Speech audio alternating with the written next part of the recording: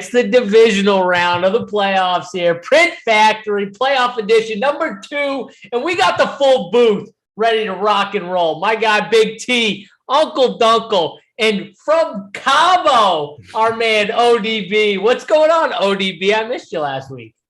What's up, man? Yeah, you could use me. I fucking crushed the wild card weekend. I could have definitely used you to talk some sense into me. Don't you worry about it, ODB, because I took care of them. They just didn't listen.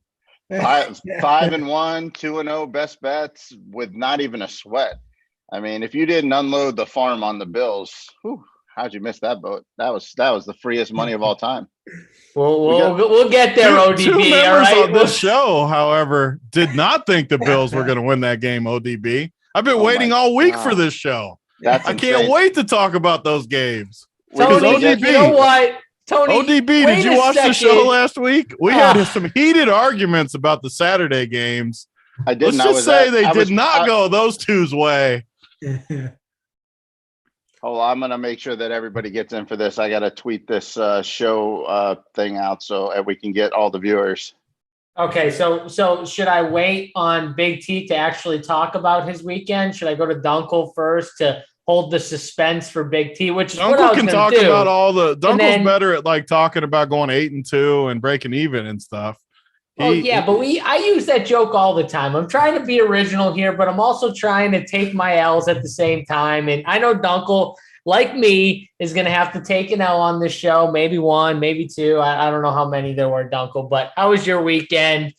I'm assuming it was a little rough like mine. But how was your weekend? As you guys know, I am a professional at owning my L's. Worst weekend of the year for me. What? Seriously? I'm usually one to say where I got, lucky. I did feel like I got a little unlucky this weekend with a few team totals. Raiders sat at the number. The Pats was a shit show, so there's no talking there. 49ers sat at the number in the middle of the third quarter and didn't score a point from there. So yeah, it was pain to lose. San Fran team total 23.5. Raiders team total 21.5. But outside of that, yeah, a pretty wild weekend. Overall, relatively chalky, which isn't crazy for the wild card weekend. But it was nice to get the 49ers home. I was super overweight on that game, so it did help. But yeah, brutal weekend for me overall. But yeah, looking forward to this weekend. Like I said, on Twitter and I think on some show, when chalk wins wild card weekend, you get tremendous divisional round games. That's always the case. So looking forward to a lot of these good games and breaking them down with you guys. All right, Big T. Tell me, I already know how good your weekend is right now, or how good your weekend was, but tell the people how good your weekend was, how many units you won, own me and Dunkel. Come on, I'm ready to take it. Yeah, I mean, the units are one thing. I sent out a tweet with a 3-team parlay that I had a ton of people say they cashed. So I like it when people follow the tweets and it wins and they cash. I probably had 30 or 40 people tweet and say they were on it. So that was nice. But more important than that, we had a lot of trash talk while ODB was gone. These two were all over me about, Belichick owns Josh Allen, ODB. Belichick owns him, they said. And it did not go their way there. I mean, the Saturday games, they just felt so good. More so than winning, I just pictured JSU and Dunkel's face just as my teams were just slaughtering them down the field. Felt so good after all the trash talk. I wish ODB was here because it sounds like he was on the same teams as me for the most part. Yeah, I mean, I went 5-1 wild card week, 2-0 in best bets. I thought the Bills was probably one of the easiest bets of the year. How did you guys think? Did you guys watch the first 2 games when those two played? Belichick, ODB, they like the Belichick factor. What's funny about Josh Allen ODB, can't play in cold weather. What's funny about talking about ODB and how he loved the Bills is, so right after the game, I'm going through Twitter, I'm just scrolling. The first fucking thing that pops up is like ODB on all these videos, and he's just talking about how his favorite bet of the week is not even close. He unloaded the bar about the fucking Bills, and I'm just sitting there, and I'm like, fucking God damn it, him and Tony, he wasn't even on the show and he's owning me from the phone after Tony's owning me in, texts and whatever. And so, and I knew I had to go on the show with you guys. So I was like, God damn, he's trolling me. That was I heard it. That was everything. I actually thought the Philly game was easier because Hurts is so bad, and he's just it was close. Those were my two big bets. I mean, look, you got to understand when it comes, when it's regular season, players take plays off. Coaches don't go for the throw. They had, injuries. Well, maybe I won't go in immediately. This is the playoffs, man. People come to play. Best teams win, and people. I know I'm a little chalky. I know I favor the favorites a little more than most of the, quote unquote experts do. But, their favorites doesn't matter who you favor when you get to the winner's circle. Best team could be whoever. Best teams show up. I mean, and the best teams won. I mean, the Bills and the Bucs were just so far superior. I mean, the only team that I knew for sure wasn't winning the Super Bowl this year was the Patriots. I mean, yeah, the Eagles most likely weren't. They suck too, but at least they had.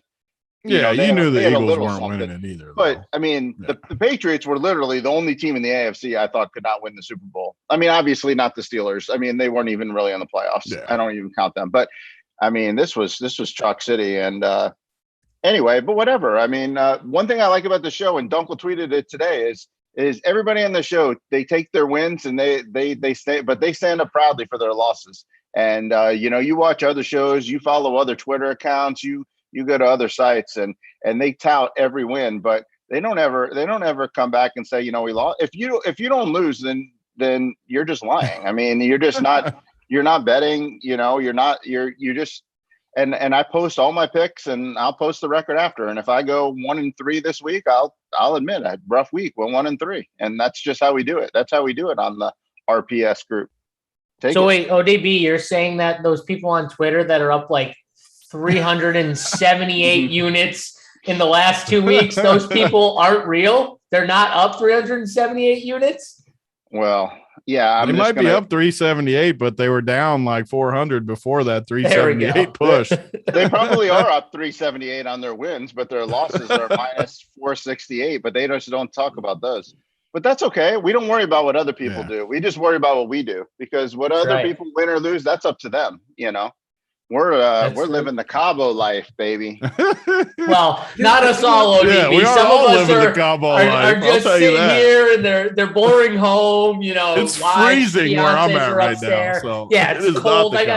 It's iced out all outside. I mean, JSU, I do want us to take a little mini victory lap, though. If you remember, Anthony Wayne was going to be big on the Cowboys. We convinced him. No, tell the story right. No. Hold on. Right. I'm gonna time out this story. Thank you. You tell the story right. I'm gonna time out this story because I think the whole show, we all said that game was going to be one of the best games of the weekend, which I think was from an excitement standpoint towards the end. My personal opinion, I guess, but whatever. We also said that those were two of the better teams playing against each other.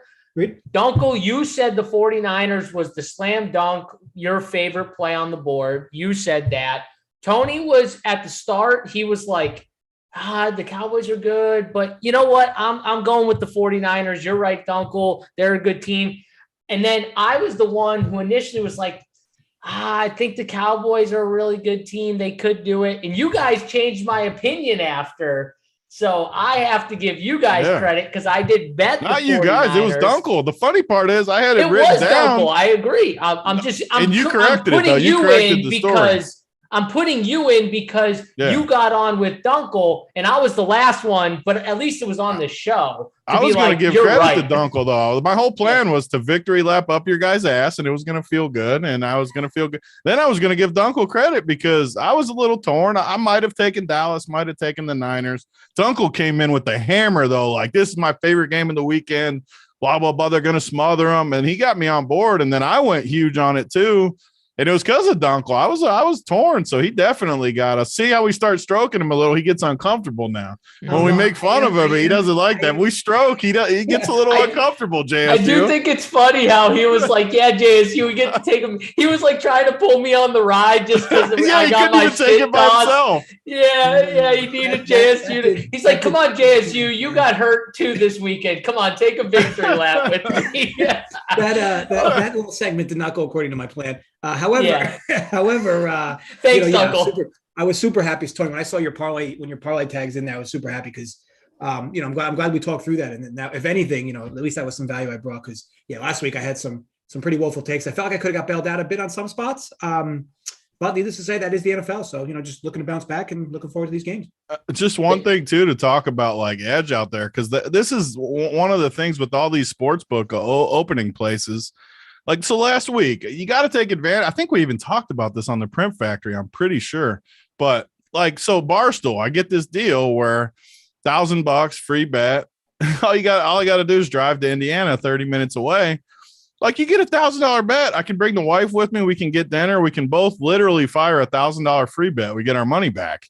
So we take the time to drive a half hour, go over there, place a 3-team parlay, 1,000 to win 10,000, and we hit them. Like, all that free money just adds up. Like, it doesn't sound, and you don't have to do 1,000. 1,000 was just the max. If you can only bet 100, go do 100 and take advantage of it, because free money isn't forever. In the beginning of DFS, it was like this too, where there's tons and tons of overlay and this and that. That's how betting is right now in all these states. Take advantage and sign up for every book. Sign up for MGM and frickin' DK and FanDuel. And I couldn't even name them all. There's so many. There's 15, 20 different books giving free money. Sign up for every single one of them and get the free money. There's no reason not to. It's crazy. Yeah, no doubt. Just have to give my quick spiel after Tony goes through that. Before I do, though, I am interested. ODB, what was you went 5-1 this weekend? What was the one game you missed on? Dallas. The one you talked about, which that's the thing that I love the most about this show is like I get to talk through it and I get to hear smart people's opinions and also JSU's. No, I'm just kidding. There you go. Yeah, God, even the guy who wasn't here last week's getting on me. No, but I there's sometimes I come into this show and I have strong opinions, and we all get on there, and sometimes I'm not sure. I think I honestly, my instinct told me I wanted to go with the Niners, but I had a Cowboys future hanging in the balance. I had bet them early to win and I just think I got stubborn with them. Honestly, like I should have just probably taken the points. Honestly, I just really just stuck to my stubbornness. But to be fair, like I really promoted the two games that I love, the Bills and the Bucks, and I just had leans on the other four. I went 3-1 on my likes, and I went 2-0 on my loves. So but yeah, I missed the Cowboys. So if I was on this show, maybe I would have been there with you guys. Yeah, I think if you were on this show, there was some really good convincing arguments against the Cowboys and for at least taking the points, but 49ers just overall. So Dunkel was very, very strong on his take. So Tony, obviously we didn't have ODB here last show, so we don't really know who ODB has as the Super Bowl winners, but I do have everyone's picks laid out on this note sheet, so I am keeping track. Just get his picks real quick so you can get them on there with us. All right, so let's do it. So ODB, you went 5-1. I'm just gonna write. So you went 5-1. So I mean his picks would be the same anyways. Probably he wasn't going to pick Dallas to beat. No. So who did you have in the Super Bowl? Who did you have in the Super Bowl? Just give me those. My Super Bowl is a very unsexy Super Bowl that's really going to not make people very happy, but I'm going with the Bucks and the Titans. Yeah, let's go, ODB. All right, Bucks and Titans. ODB was having such a good show until those picks. He was crushing until he rolled those off. Don't tell him that he's in line with JSU for the Titans. Don't even tell him that. Tampa. He does. The Titans. I said the Titans, not Tampa. I said we're in line. He was busting our balls about picking chalky teams, then he picks both 1 seeds. Yeah, he picked Green Bay. Wait. Oh, me? No. Me. I didn't pick Green Bay. No, I did. Those are mine. Green Bay, Tennessee. I got Green Bay, Tennessee in there. So I got both number ones, but we'll get there. I just wanted to get those marked down. All right, real quick, my whole spiel here, guys. Hit the like button, hit the subscribe button.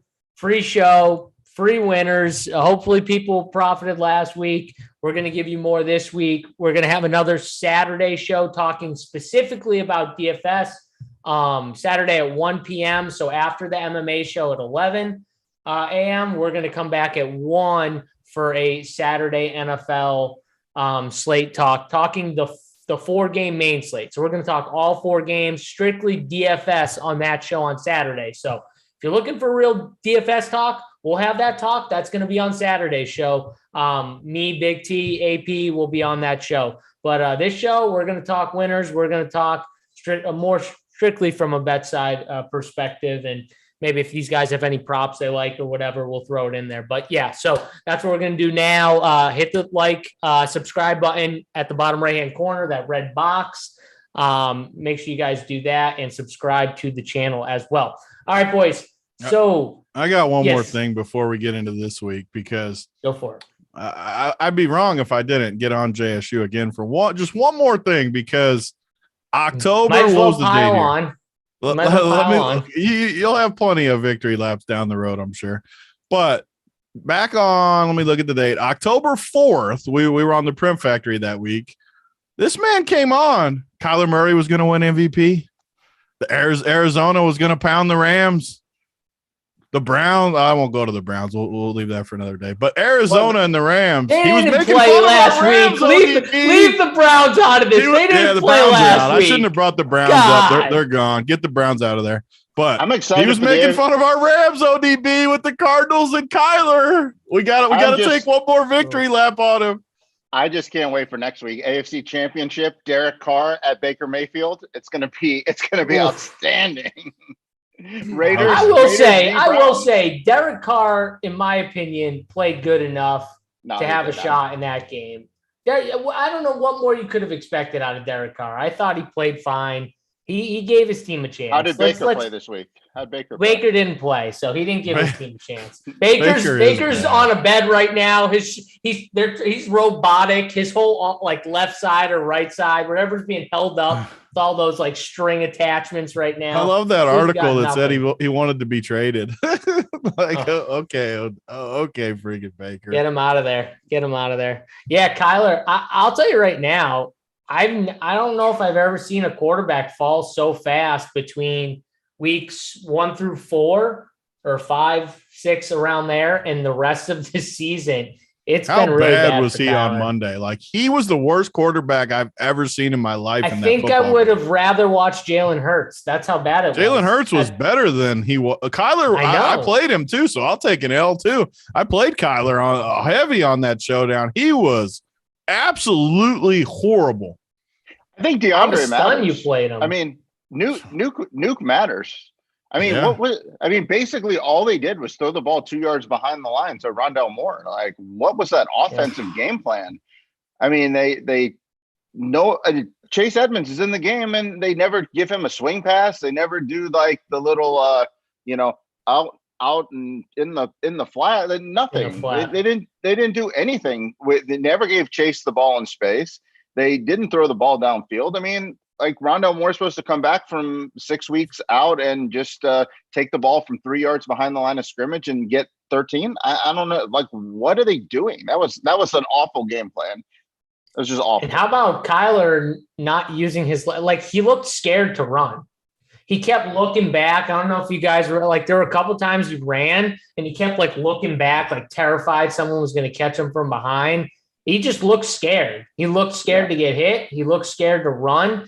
He looked undecided. I don't know if people were telling him not to run. I don't know if he wanted to show people he could pass from the pocket. I have no idea, but the dude is lightning fast. I don't know why he wasn't looking to run more, in my opinion. But I think that's just an example of when playoff football comes, everybody ratchets it up a notch. So he plays on 10 in the regular season and the defenders play on 8, they're not going full speed, and they're not every play, going hard. And then the playoffs come, he's still on 10 and he's probably on 8 or 9 because, he's just played the whole season and he's a little dude. So he's not extremely healthy. And then all the defenders are playing on 10. So, I think you got to take some of that into consideration when it comes playoff time. I just think Arizona is built for early season. I mean, it's 2 years in a row where they've gotten off strong and faded late. And I think Nuke matters. I mean, just having that safety valve there that you can, if you just put the ball in a wide range, is just going to go up there and get it. I mean, maybe they miss Nuke more than you think. It definitely looks that way because their struggles have been pretty much since he's been like in and out of the lineup, like big time struggles anyways. But all right, Tony, anything else you want to talk about? Anything else you want a victory lap? No, I think we got all the victory laps in. Okay. I think we're good now. Well, then let's move on to the Saturday games. Let's do it. So let's talk about the Saturday games. We're going to start right off with your Bengals going up against the Tennessee Titans here in Tennessee. Tennessee's -3.5. 48 is the total. Dunkel, I'm coming to you for the first one here. What do you got? Bengals, Titans. What do you got here? So this is a game I'm very interested in your thoughts. I don't want to say it's the lowest weight game for me, but it's definitely a game where I could be pivoted in other directions. So why the Raiders end was frustrating for me was because I said on the show that this Bengals defense absolutely gets shredded against good offenses. The Raiders piled up almost 400 yards of offense. Derek Carr threw for over 300. And it never looked like their offense was out of sorts against the Bengals. Now, the Bengals made some critical plays, and there was penalties at interesting times and whatnot. But it was another spot where they played a decent offense, and they got shredded defensively. Here, I guess from a continuity perspective, what do you say about Derrick Henry coming back? Do they give him a full workload? I just think you can go back to the well, take Ryan Tannehill over his pass yards. Guys that can throw the football, you can just target them over their pass props against this defense. Now, granted, Derrick Henry in the mix, and if it's a not unperfect game script, Tannehill's not going to have to throw much, but I have to figure the Bengals will keep this game somewhat interesting. Needless to say, from the spread perspective, I'm not in love with anything. I could be convinced to go Tennessee's team total over just because I feel like, not even feel like, when this Bengals team has played good offenses, they've given up a ton of points and a ton of yardage. I could be convinced that way. I could be convinced into the full game over. Right now, for me to likely be a Tannehill pass prop over, and then I'll figure out from a derivative standpoint what makes the most sense game-wise, whether it's maybe first half over or full game. But I'm interested in your guys' thoughts because it's a really interesting matchup. Tennessee has been a very underrated team this year, despite their record. It seems like people are discounting them to get to the Super Bowl. Everybody's seemingly picking Kansas City again. Nothing against that. It's just that this team's done a lot with not having a lot. And, their defense is fully healthy now. I mean, not fully healthy. Their offense is fully healthy now. Their defense has been great all year. Vrabel should definitely win Coach of the Year. If he doesn't, if they give it to the Bengals head coach, that's such a crime. But needless to say, big game, all things considered. Wouldn't be shocked if either team won, but I'm interested in your guys' opinions. Yeah, I agree on the take with the coach. And I think that honestly, people like the Chiefs more. People like the Bills. I think people think the Chiefs-Bills game is going to decide who goes to the Super. Like that's going to be – those are the two favorite teams I think that people are picking now after the Bills just stomped on the Patriots. The Chiefs obviously rolling right now, but they face the Steelers. I mean, I think that's where a lot of people are going, and I agree. I think people are kind of sleeping on the Titans, and it's weird to say because the Titans are the number one seed, so I don't understand how, but they're just not like the sexy team. They don't have Pat Mahomes and Josh Allen, running around throwing the football and doing crazy things. They don't have like the high-powered offense that those other teams do. They have a very different style of offense. I think they're well coached. They're disciplined. Their defense is somewhat solid. Guys like Jeffrey Simmons and those guys on the line. And I think their offense is good enough with Derrick Henry coming back. Ryan Tannehill is serviceable. We've seen Jimmy G get to a Super Bowl. Like Ryan Tannehill could bring this team to the Super Bowl. No question in my mind. So I like Tennessee here. I think they're the winners in this game. ODB, I'm assuming you like Tennessee too. Yeah, I mean, I think this is a tougher game than I wanted it to be. The fact that the line's 3.5 actually kind of scares me a little more than if it was a little less. I think Tennessee is getting more love than I thought they would. Tennessee's been a team that's been disrespected the entire season. I've been alone on Tennessee Island on every, social media thing I've seen, every show I've been on, this show included. You guys have not been Tennessee fans. I was on Tennessee from the very, very beginning. Well, you were too. You did get on, but Big T you. definitely is not on Tennessee's Definitely not. bandwagon ever. But if I was going to be on Tennessee from the beginning, I mean, this is the team that I backed from the beginning. I mean, this is the team. This is we've got Derrick Henry, we've got AJ Brown, should be as healthy as he's been. I mean, Julio even has a chance to play a full half of football maybe without getting hurt. So, I mean, there's a chance that this offense is as dynamic as I thought they would be. Now, the real question comes in is, are they rusty? Is Derrick Henry just decoy? And also, this Bengals team is really clicking on offense. But I trust what trust what the Titans are doing. I mean, Vrabel's going to cut his dick off if they go to the Super Bowl. So, I mean, that guy's fucking all in on this team. So, I really like this Titans team. I'm actually not in the JSU echo chamber, I guess, because I'm seeing actually more love for the Titans than I thought I was going to see.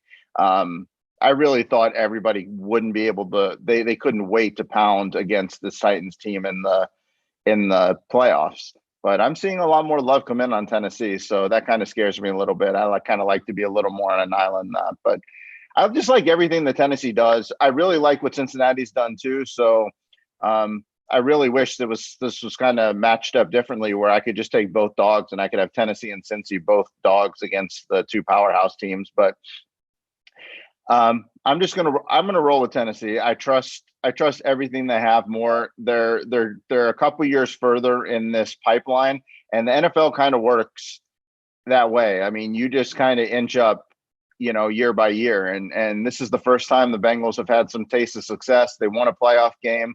Like, this is the spot they're supposed to go out. Like, this is Tennessee's time to move on.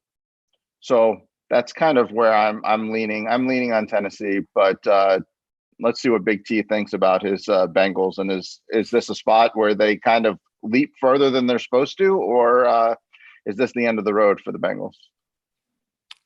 First of all, before I hop in, just a quick note about the NBA. We talked about it on that show, the Up the Lock I did. This is the Indiana lineup I thought we would get, where they sat the guys, Sykes starting, Duarte, Holiday, Craig, and Goga. Everything, if you watch that Up the Lock show, it's basically exactly what I wanted. So you can play a lot of these guys, and it worked out. I mean, Sykes, I think, is a pretty good play now.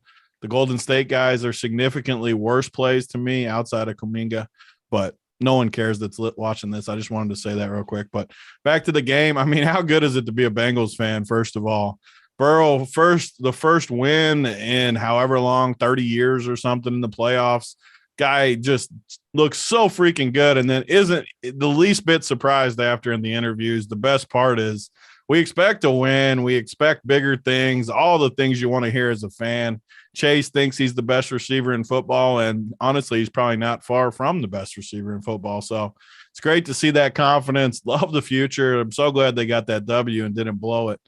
But, yeah, I mean, I feel good about all 4 games this week. Coming off a big weekend, I feel great this weekend, and I love the Bengals. I just think they're too dynamic for Tennessee. Derrick Henry, I'm actually happy he's coming back because I think the rust will show. I like running teams. I like playing against running teams like this in the play. They're going to hand it to Derrick Henry. I worry way more about the Bengals' pass defense than run defense. I want them handing to Derrick Henry, not throwing to A.J. Brown and Julio and these guys because they can't get pressure. We saw it last week. They can't, and they lost another dude too, I think, on the D-line. They can't get pressure on the quarterback. So if they're just going to hand it to Henry, I think that does the Bengals favors. And I trust the Bengals offense. Even if Tennessee does score, I definitely trust the Bengals offense to score points. So I'm just going to bet on Burrow and Chase, and I like getting 3.5. So I'm going to take my chance. I do think there's going to be points, though, because I don't think Cincinnati can stop Tennessee.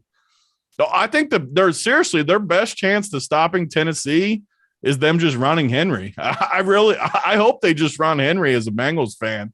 If they throw it to A.J. Brown, he's going to go off. He's going to crush Cincinnati. He's going to have 180 yards and 3 touchdowns if they want to throw it. But if they turn into Tennessee where we turn and hand it to Derrick Henry all night, I really, really like their chances, but it's either going to be a shootout or a Bengals win or both. I feel good about the Bengals though. You don't trust Vrabel to make a good game plan, a dynamic game plan that's going to include. I can't imagine him not using AJ Brown and Julio here. I mean, doesn't Derrick Henry just kind of set that all up? The great thing about Henry is, I mean, he gives you options on 3rd and 3. So you have to play everything. I mean, I think that's what's so scary about Tennessee is, short yardage, 3rd and 3, 4th and 2. Like there's a lot more. There's a lot of dynamics to this team. But I mean, Julio's not very dynamic anymore. You just got AJ Brown. But I think Derrick Henry opens up the middle of the field for whoever. That's the point. Is I think it's more 2 play action on 1st and 10. They got to be more aggressive against this Bengals team. I think they will be. I think you'll see some shots on 1st down where they'll fake it into the running back belly. And that middle of the field, I'm telling you right now, they attack the middle of the field with their receivers. You're going to see that work because those linebackers are going to have to come up and play Derrick Henry. And if they don't, then the Titans are going to know that. And the next time they get in this situation, they're just going to feed them, and Derrick Henry's going to run all over them. So it's going to be one of 2 options. They're going to come up, and when those linebackers suck up, that's going to give those over-the-middle passes, which Ryan Tannehill, the one thing he is good at is completing those play-action, over-the-middle type passes, crossing routes, all those things where it's going over the middle. He is very good at completing those. Him and A.J. Brown, I think, are just really in sync on those routes, and I think you'll see A.J. Brown pop off for a big game. I think this game is a monster A.J. Brown game. Not that that's any big deal, but I think you also, one thing that Ryan's kind of sneaky when it comes to running the ball, and God. I mean, Tannehill around the goal line. I mean, want to puke. There's a lot of play. There's a lot of times where he can, he's going to fake Henry and he's just going to take that ball and they're he going to does it all the time. He does it all the time. Yep. Yeah, he's really good at that. And the also show started so good too. Now you guys are beating each other off to freaking Ryan Tannehill. I know we're talking winners mostly, but from a DFS standpoint, doesn't this game set up pretty nicely as a good contrarian game? I like the over in this game. I think there are going to be points scored. I do trust the Titans to move the football at a rather rapid rate. I don't think the Bengals can be stopped at this point. This seems like a reasonable stag game to, if you want to get off the chalky game at the end of this late. You can get off, and then if you happen to, if we hit in this game and we set ourselves up, we can play the chalky plays later. But at the same time, if we don't, you can always just pivot off into some, wacky DeMarcus Robinson type plays or something like that, and just hope you can get back in it that way. So I don't know what your thoughts are. I don't see how this game doesn't shoot out. Dunkel's good with totals. Like, what's the route where I guess Henry just runs and it kills the clock? What's the route, Dunkel, where this game doesn't go over? So it's a decent sized total, right? You're not looking at like a 43 or 44. So, you could get a field goal fest in theory. You could, weather's going to be fine relatively, right? So you could get drives that stall. You could get 4th downs that don't convert. These are 2 teams that aren't afraid to go for 4th and shorts when they're well within field goal range. You could get a sloppy game in that sense. We've said this about Tennessee, though, that goes kind of unhinged. Like, we say, well, they run the football, but they're a lot like the 49ers in that sense. Yes, they run the football, and that always continues to bleed clock. But they also run like a pretty decent tempo as well. Like, it's not like they're sitting there milking clock. Like, if you guys watched the Rams game last week, man, Stafford and that offense, they milked the clock down to 2 seconds every single play. You don't see that from Tennessee. Tennessee runs their offense pretty efficiently. It seems like they must either get the play calls in quick or don't do a lot of audibles. But needless to say, they often get plays off 11, 12 seconds. Burrow's kind of the same way. So there's a lot of things that point to this game going over. It's just a matter of how you want to do it. You can go full game. You can go a team total. Again, I would personally, out of the 2, I'd probably prefer Tennessee over their number. But it wouldn't surprise me if Tannehill hiccups near the goal line with something silly to cost them points. But push come to shove, yeah, man, I'm with you guys. I couldn't bet this under. So I have a question for Tony. I mean, we could pose it to old chat, but so, Joe Burrow is probably the best up and coming young quarterback in the NFL right now. But you watch the Raiders game and you say to yourself, like, okay, the offense looks good, but the Raiders still did enough to stay in the game against Joe Burrow. And now you're playing a Titans team that I was way more worried last week than this week. Wait, but hold on. I'm not done yet. Now you're playing a Titans team that is almost similar in the aspects that they don't blitz a lot. This is a bottom 5 blitz team, percentage wise. They get pressure. They get hurries. They're top 10 in sacks. This is not a defense, though, that blitzes a ton, and they're still up there in sacks and pressures and hurries. So this is another defense that I think could just not stop Joe Burrow, but just slow him down a little bit, just a little bit, to where it causes some issues and you're not seeing those bomb games. And Tony, we saw it again this game, the last game against the Raiders. Joe Burrow, from a stat perspective, was fine. He wasn't the greatest, whatever. You can say the game maybe helped it a little bit, but at the same time, I'm just saying this is a similar team, but it's a better Raiders team. It's better than the Raiders. So do you love Cincinnati that much? Yeah, I hated the Raiders matchup. I love this matchup. They don't even remotely worry me. The Raiders were able to get pressure with 4, what I always forget the dude's name, whatever the dude. Max Crosby. Max Crosby. Yeah, he's way better than anyone the Titans have. I don't even I remember watching this game. This isn't going to mean shit to anybody but me. I remember watching these two teams last year, though, and Cincinnati just dominated them. And that was before. They're way better this year. I don't think the Titans are way better this year. I mean, Henry was in peak form last year when they played. I think the Bengals are way better, and they dominated them last year. So I just think the Bengals are better than them. I trust the Bengals to score under any circumstance. I do think the Titans the best play for me is the over. I love the over, but I also think I just like the Bengals. I think they're better than the Titans. I just don't understand how you think the Titans are as good as I think the Titans suck. So I am not a believer even remotely. So we'll fire the argument just like last Saturday. I'll take the stand again. I'm trying to understand. Titans suck, and then next week we'll see what happens. You guys are all on the Titans. I'm on the Bengals. We'll run it back this week. I will say that Tony brings up a lot of good points, and his confidence scares me.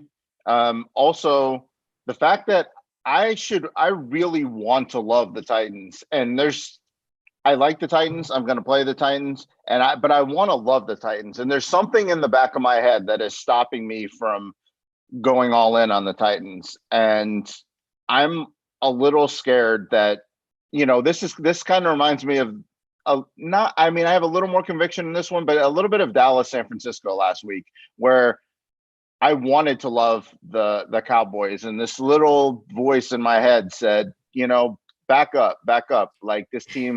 This team's good. And I don't know. I am a little scared. I'm not going to take as hard a stand as I am in another game. I am going to play the Titans, but Tony definitely has me second guessing myself a little bit.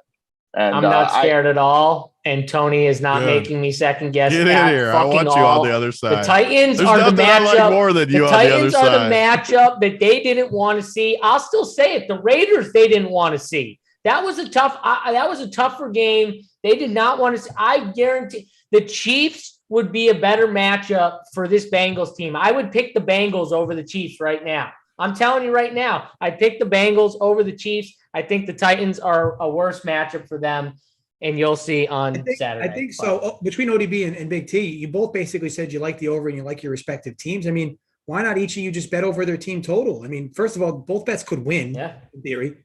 And then, if your bet wins, it's like, because of the way the game's going to play out, the team that wins is likely going to be the team that goes over the team total. It could play low scoring on both ends, but that would kind of be tough to believe, right? I mean, this game playing out like 23-17 Tennessee or 2017 Tennessee, that seems odd. So I mean, like I said, you can kind of have the best of both worlds if you each bet the team. There's a scenario where you both lose, but that would mean the game didn't go over, which would mean we all kind of weren't right in that respect. Just kind of makes sense. You're the best with the team totals too. You always open my eyes what to do with those, because I never think about them as much. I don't, for whatever reason. I don't know. I'm more of I don't ever bet totals as much even. I'm not as good with totals for some reason. So I like when you bring it up because it opens my eyes to stuff I don't normally think about. That's because you want to take a stand on like one team. You want to like good at win like betting with one teams. team. I'm successful with teams. Totals trip me up a little bit because look, it can also bang you in the ass. I mean, I came out here and I bet San Fran first quarter, first half, full game, but I came out here and said my favorite bet's San Francisco over the team total 23.5.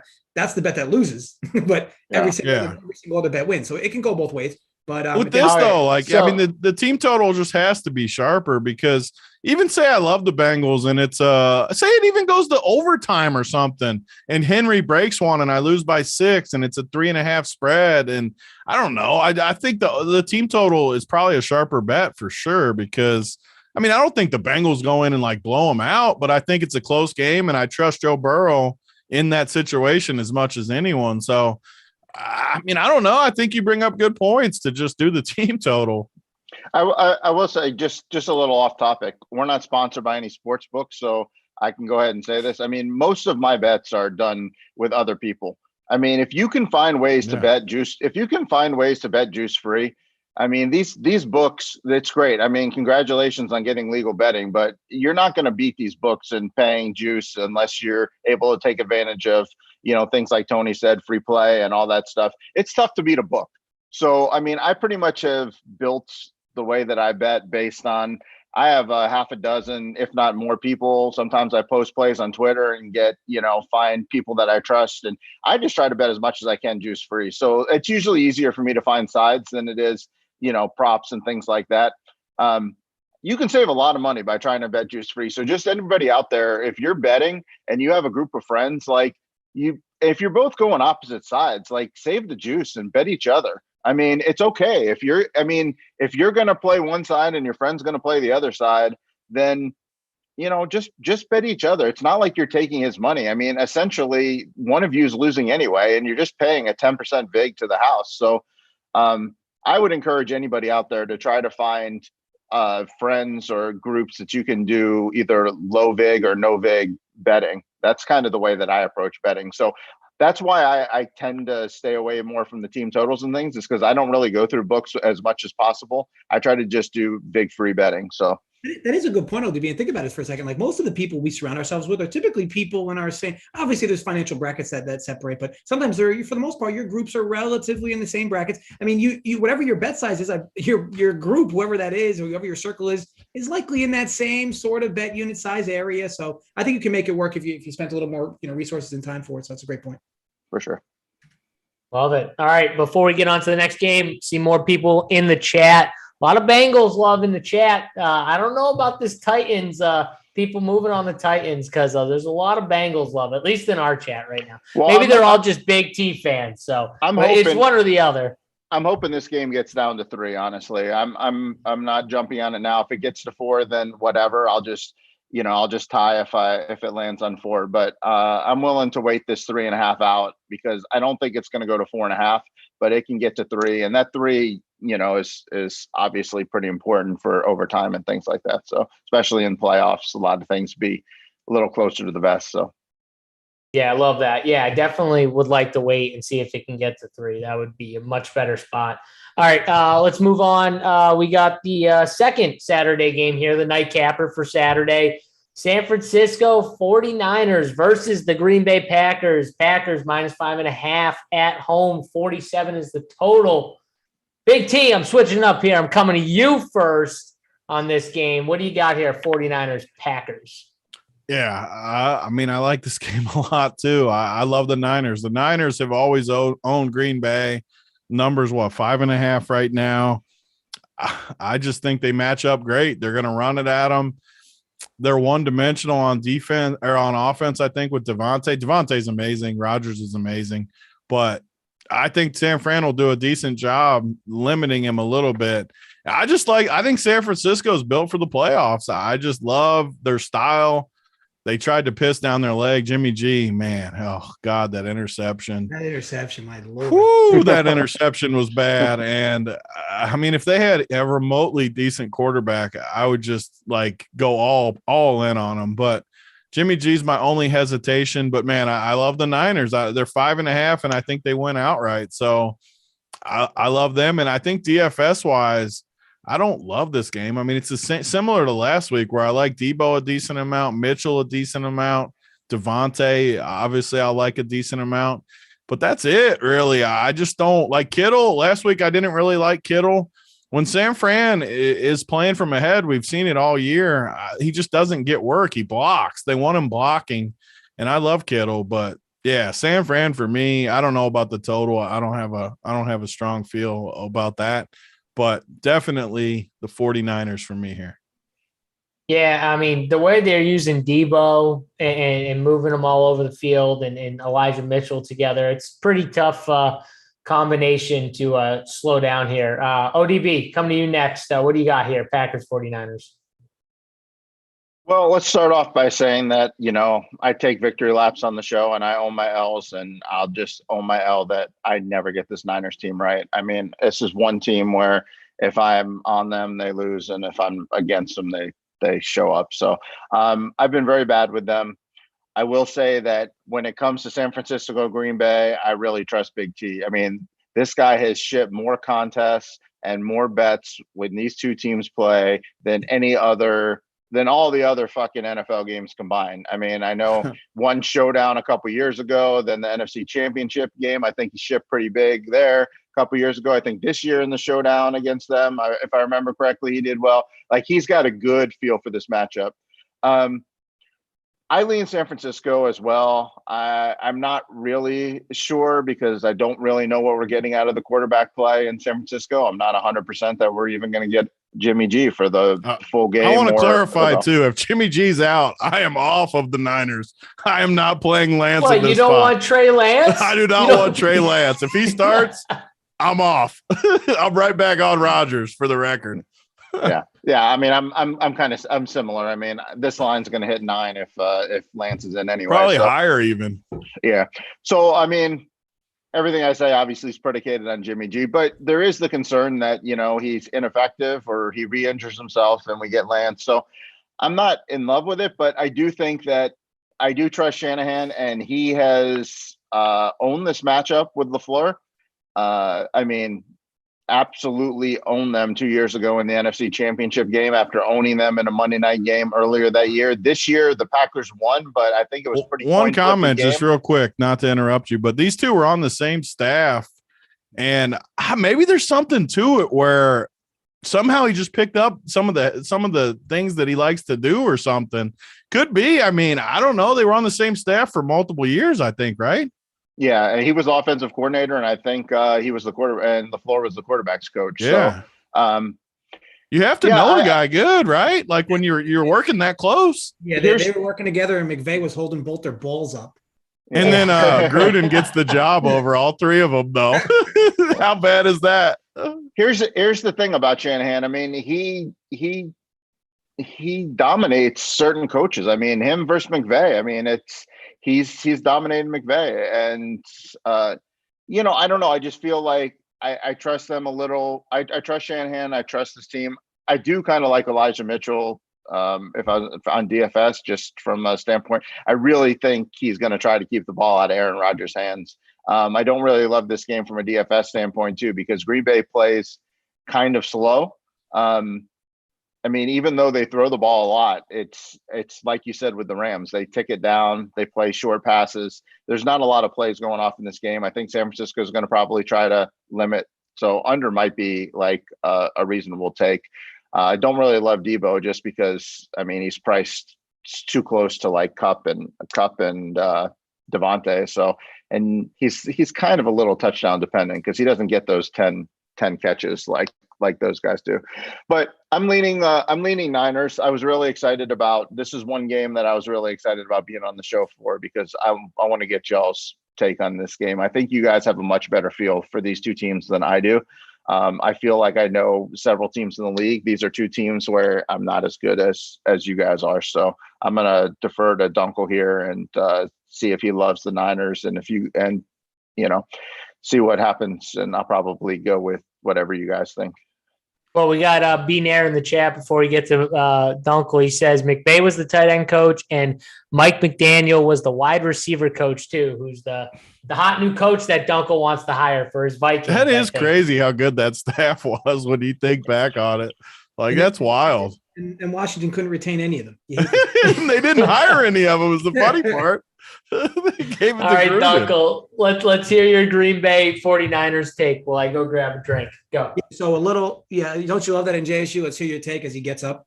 Like when we talked forever that night, and he said, "Okay, real quick, Dunkel, you can finish it out after we talked for 45 minutes." Finish your breakdown of the game. I'm going to hang up and listen. Hey, I can still hear you, asshole. All right. So this spot's we discussed this last week, right? We discussed this matchup in particular because all of us were high on the 49ers.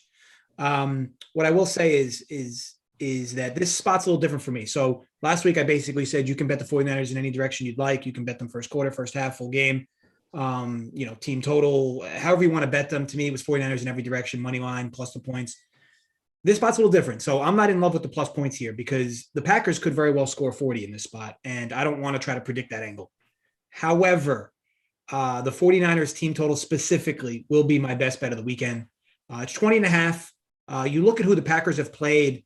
This defense is not very good. The weather will be cold in Lambeau. It will not be windy. Jimmy Garoppolo will play. Fred Warner will play. Nick Bosa is supposed to play. These are all big factors, of course, for obvious reasons.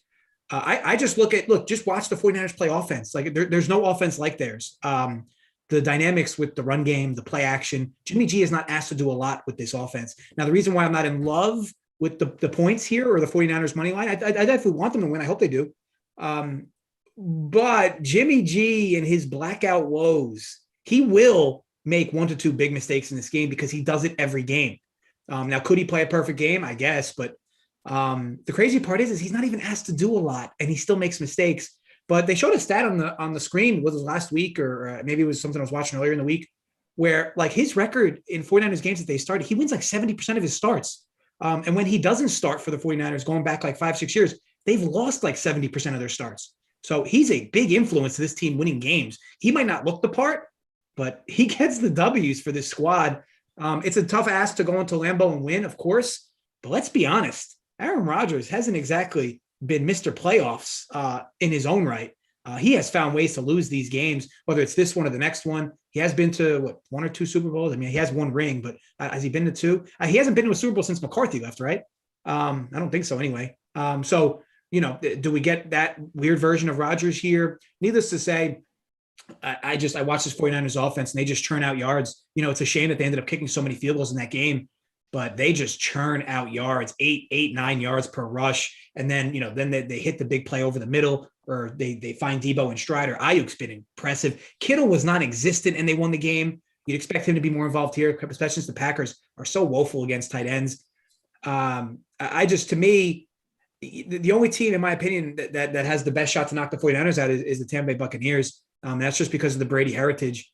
I don't think it's crazy at all to think the 49ers can roll into Lambeau and win. I think you're going to need a very clean game from Jimmy G, 1 turnover max. But I love the fact that they get points. I think the Packers are going to put the pressure on them to score. That was the big issue, right? Dallas didn't put pressure on San Fran to keep scoring because Dallas's offense was all out of sorts. Green Bay's offense will likely not be out of sorts. I find the team total extremely low here this week.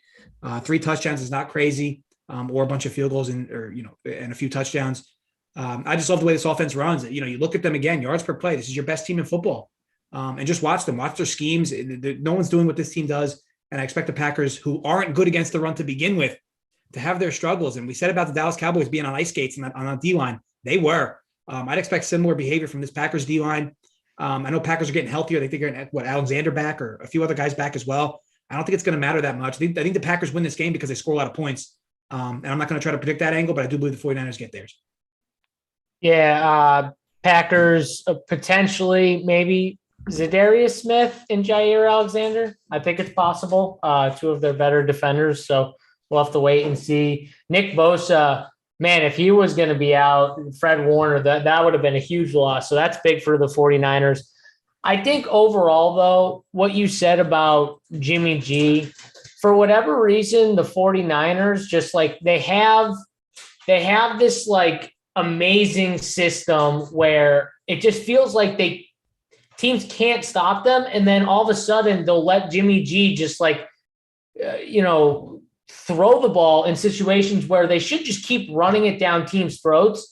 And I don't know if that's a coaching thing. It's got to be like a coaching thing combined with Jimmy G, but like, why are you doing it in key spots when you don't need to throw the football and your runners are so good and they're getting 4 or 5 yards every time they get a carry? It makes no sense to me. So in the end, I'm going with the quarterback that is by far, in my opinion, the best in the NFL. This team has the weapons. The 49ers played zone. I think it was like 80+% of the time last game. I think Aaron Rodgers is going to get the ball out quick. He's going to be very decisive with it. You saw Dak Prescott hold on to the football. This is why Dak Prescott struggled. He was holding on to it for way too long. He wasn't getting it out quick, dropping back way too far, and just holding on to that damn football. You cannot do that against the 49ers. You can't do it. They're really good in their zone offense. If you don't get the ball out quick, Aaron Rodgers is going to get that ball out quick. He's going to know this going in, and you're going to see them. Dunko, you talked about they're the best at milking the time off the clock. They really do, from like a time of possession standpoint, they can really just kill a clock. So I do like to take with the under just a little bit, but at the same time, I think this game is very close. If I have to take like the spread, I take the 49ers with the points. I think these are your two best NFC teams. You get to see them play in this, divisional matchup. I wish we could have gotten them against the other two teams and then seen them in the finals, but this is what we got. I think Aaron Rodgers squeezes it out though in the end. Give me the Packers. So we got Tony, you got 49ers here. Dunko, you got Niners and ODB. Niners. All right, so 3-1 Niners. Amen to JSU. Steve Anthony's got it in the chat. Don't worry, Steve. I'll be wearing my Rodgers jersey on Saturday night. We got to get that puppy ready to go. So I'll be ready. Anything else you guys want to say about the game before we move on? So wait a second. You're taking, if you have to bet the spread, you're taking the Niners, but you're taking the Packers. What official? So pick are you I making? think the Packers. ODB, I think the Packers win. If you made me say like I need to bet with the spread, that's what we're doing here, right? We're choosing I take side. The points. I take the points. So you're on the Niners. No. But I'm asking you who wins in the end too. That's what I was more. Of course, we're all taking the Packers. Come on. No, we're not. No, we're not. These guys are taking the Niners. We're betting against the spread. No, ODB. We're also tracking the Super Bowl bets all the way through. That's why I'm asking you. So you're getting a 2.5 to 1 favorite, and we're getting a 2.5 to 1 to dog, and you're getting even money on this pick. What is going on? Help me out here. I don't know what else to say. Yeah, you're going to take a victory lap either way. You're going to either say the Packers won or the Niners covered. He is kind of taking the victory lap both ways on us. I will agree to that. Let's take a step backwards. JSU a few minutes ago was basically like this. Give me the best quarterback in the NFL. I don't understand what's going on here. Oh my God. ODB, I think so. I'm sorry. So you don't think a team can cover and another team can still win? Excuse me. Okay. So what are you talking about? I don't understand. You've never thought in your life that a team was going to win but not cover the spread. I'm so confused right now. Of course, but these are the two best teams in the NFC. What do you expect me to say? What do you? The line should literally. I think the line is wrong. The line should be 3.5. Okay, I literally think the line is wrong. Okay, so you're going to victory lap if the Packers. No, I'm not going to victory lap anything except for a Packers win. I'm not going to victory lap anything except for a Packers win. That's all I care about. Packers are moving on. You got to lay 2.5 to 1 to have that. I do. I mean. I don't understand. Did Tony have to lay it when I bet the Raiders over the Bengals? I'm so confused right now. Like, what are we talking about? What kind of show is this? You get to pick the favorite minus 250 and it's even money? Tony, what kind of operation? I have the Packers going to the Super Bowl and winning the Super Bowl. I don't understand what we're talking about. Then grab your fucking nuts and lay the 6 points. My nuts are on the table. I got Tennessee and the Packers. I got it. My nuts are there. On the table. I got the 2 fucking 1 seeds. Wow. The 2 1 seeds. Literally, Tennessee is like a 5 seed that everyone has that's at the 1. You're the only delusional person that thinks Tennessee is being backed by all these people when everyone is talking about the Bengals going to the Super Bowl, the Bills, and the Chiefs. Get out of here, ODB. Get out of here. Oh, my God. I've never heard this in my life. Let's go. Why don't when the Packers win and the 49ers cover, I won't say a word, ODB. Are you Don't worry. Say, I think the Chiefs are going to win, but the Bills might cover? I mean, you just win it both ways, right? I mean, let's go. All right. I think the Bills actually win. But. All right, let's move on. Let's go. You can have it both ways. It's fine. I never pick it. I always pick. Wait. I have a question, ODB. You said the Packers are going to win, but you have the 49ers. You literally said that. I just missed that. You bet the 49ers, but you're picking the Packers to win? So you just yelled at me for the same thing you did. No, I'm picking with the spread. I'm not picking minus I am so confused. ODB literally just yelled at me, and he said the exact same thing he's yelling at me about, which is he has the 49ers, but then I said, who do you have winning the game? And he goes, well, we all have the Packers. Right? We all have the Packers. No, we don't. I got the Niners. Tony doesn't, and Dunkel doesn't.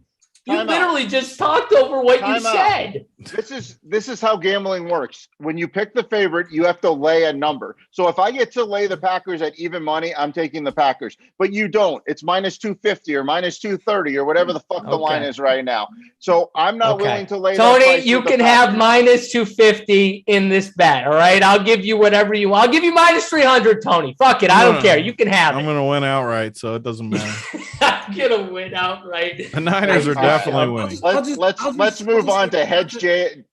I hate this show. He literally yelled at me for 5 minutes. It said the same thing I said. No, I literally said the same thing. Stroke the fire, JSU. But I will say that you did come in pretty heavy with the Packers, and then you were like, "But I'll take the 5.5 with the Niners." I came in heavy with the Packers. I said they have the greatest quarterback in the NFL. That's all I said. I talked about what he was going to do, but yeah. And you can't hate this show. This is the best show of the week. This should be RPS prime time. This is prime time. This is a prime time fucking show. I love the trash talk. If you can't get when I'm not in it. If you can't get called out on a show, you shouldn't be on a show. If you can't handle being called out and come back, you can't be on a show. How great's it going to be, guys? How great's it going to be, guys, when the Niners lose by 3 and JSU goes? I told you. I fucking told you. I called that game from the fucking get-go. I knew exactly. I actually hope it falls 3 outside of the bets just for it. Ended 20-17 because I said the under was a good play too. So let's get the under in there at 2017. Can't breathe all the hedging going on right now. I got the JSU, dog. the hedge master. I'm not hedging shit. No. All right, let's go. Let's put our sack on the table for this game because I'm ready to go. I'm ready. I'm fired up. All right. Well, we'll start with you then, ODB. Since you're fired up, we'll start with you on the. I got the Rams Bucks on my phone line, so we'll go there first. So Rams Bucks minus 3. Yeah. Oh, I thought you said the Bills Chiefs before. Sorry. No. So Bucks minus 3, 48.5 is the total. Brady, Stafford, ODB. Who you got here? All right, I'm gonna need somebody to talk me out of this one because oh my god, this bug right in my face. It won't be me, ODB. I mean, I am all fucking in on the Tampa Bay Buccaneers. We have the greatest quarterback in the history of football. And he's going up against a quarterback that loves to throw pick sixes. He can't handle pressure, and the Bucs can apply pressure with a 4-man front. They can stop the run without sending extra run blitzers. A prop I love. I don't know the number, but go ahead and just give me defensive touchdown on this game. Give me the over on Stafford interceptions, whatever. I love the Buccaneers in this spot. Obviously, I'll be a little concerned if 1 or 2 of their offensive linemen are out. But the Bucks have the best offensive line left in the playoffs. The Rams, everybody, you want to think that the defense is so good because they've got great names, but their pass defense is really poor. Their defensive line is mediocre. Just because they were able to contain Kyler Murray and this Cliff Kingsbury, 1 yard behind the line of scrimmage passing game doesn't mean anything. All I can see when I see Stafford is him throwing pick sixes to this Baltimore Ravens secondary. I mean, they scored 20 points against Baltimore, who has the worst secondary in the NFL. They had Stafford throwing interceptions. I'm seeing McVay call 3 run plays when all he's got to do is get 1 first down with Stafford to beat the Niners and knock out the Niners out of the playoffs. They needed 1 first down. And what they do, ran it up the gut 3 fucking times and punted. I don't trust Stafford. McVay doesn't trust Stafford. And I'm going to throw out Monday Night Football game because there was absolutely no pressure on Stafford. First of all, the Cardinals got no pressure. The Rams got off to an early start. So there was never any reason for them to have to do anything. So I'm all in on the Bucks. I love this game. This is my favorite game of the weekend. I will have a large wager placed on the Bucks, and I need you guys to talk me down before I lose my house. Okay, well, let's hope ODB's not losing his house. Trust me, he's got plenty of money. My guy's in Cabo right now. Drunk in Cabo currently. So we by the way, I forgot to get this chat is fire right now. There's a lot of back and forth. They love when the battles come. That's their ODB's favorite. the GOAT, Team JSU. We got a lot going on right now, but I love the chat. The chat There's is nothing insane. the chat likes more than arguments, for sure. Yeah. Steve Anthony's saying Print Factory star in JSU is about to take the greatest victory lap ever. I mean, Steve Anthony's my guy, but he is a He was also stroking the Packers or the Cowboys where'd all those Cowboys people from the chat go last week saying how donkey the 49ers were to Dunkel? Can we back this up? I would need a shout out for who says ODB's the GOAT. I need a shout out for this guy. I got you. Aaron Stasko says ODB the GOAT. My man. There you go. Good job, Aaron. Let's go. And then, of course, Big T people start writing Big T's the GOAT. I mean, just start writing Big T's the GOAT right after. So, all right, let's go to the proclaimed GOAT. Tony, did you say GOAT or go in that? That was funny when promo. those guys were talking about that today. I mean, I meant to say GOAT, but it didn't sound like that. So who knows? I mean, you do feel quite dumb saying that, especially when they're filming you getting a massage. So yeah, I meant to say GOAT, but it makes it a funny argument, almost like that when that dress was blue and yellow or something, and half the people saw blue and half the people saw yellow. Kind of like that, right? You guys know what I'm talking about or no? Yeah. I know what you're talking about, though, from the standpoint of like when you say that, you're like, Yeah. Like, I was laughing at that Lulz show, though, with Overzet and Brick, because they basically described it perfectly, like saying it, but not fully committed to it because it feels weird. They called your ass right out. They could tell right away. It was and it was a perfect call out. I had to acknowledge it and laugh because it was exactly true, every part of it. So, yeah, I don't know what it meant to say GOAT, but yeah, it might not have come across like that. God, I got more Team JSU in the chat than I have in my own. My own fiance says Team not JSU. Yeah, very hurtful. I see that. Very hurtful like in the chat. I mean, thank you, honey. All right. The fiance is Team ODB. Yeah, she's definitely Team ODB. Damn it. She wants to get to Cabo is what she wants. That's what she wants. We got extra rooms. We got extra rooms. Show up. Kelly, you want to go to Cabo? Let's go. She said, We should just run the whole print factory from Cabo. Free rooms. I got 3 big rooms, one for each of you. Let's go. I got a big ass TV. We got great Wi-Fi down here. But you got to enter the contest before you leave the US. You can edit here, but you can't fucking enter shit. So come on down. Let's go. Sucks. How'd you get your teams in for this week? I haven't done it yet. I haven't done it yet. I don't know. Have to take a quick flight. I'll figure it out, bro. A quick flight. He's gonna have to take. You'll fly back and forth. I'll figure it All out. right, Dunkel. Are we talking ODB? are we talking ODB out of this Tampa monster bet, or are you all for it? I'll be honest. I feel like the Rams are like the fakest sharp play of like the decade. I don't understand why anybody's on the Rams this week. The idea of Matt Stafford rolling into Tampa and eliminating. I mean, think about the people Tom Brady has eliminated from the playoffs over his career.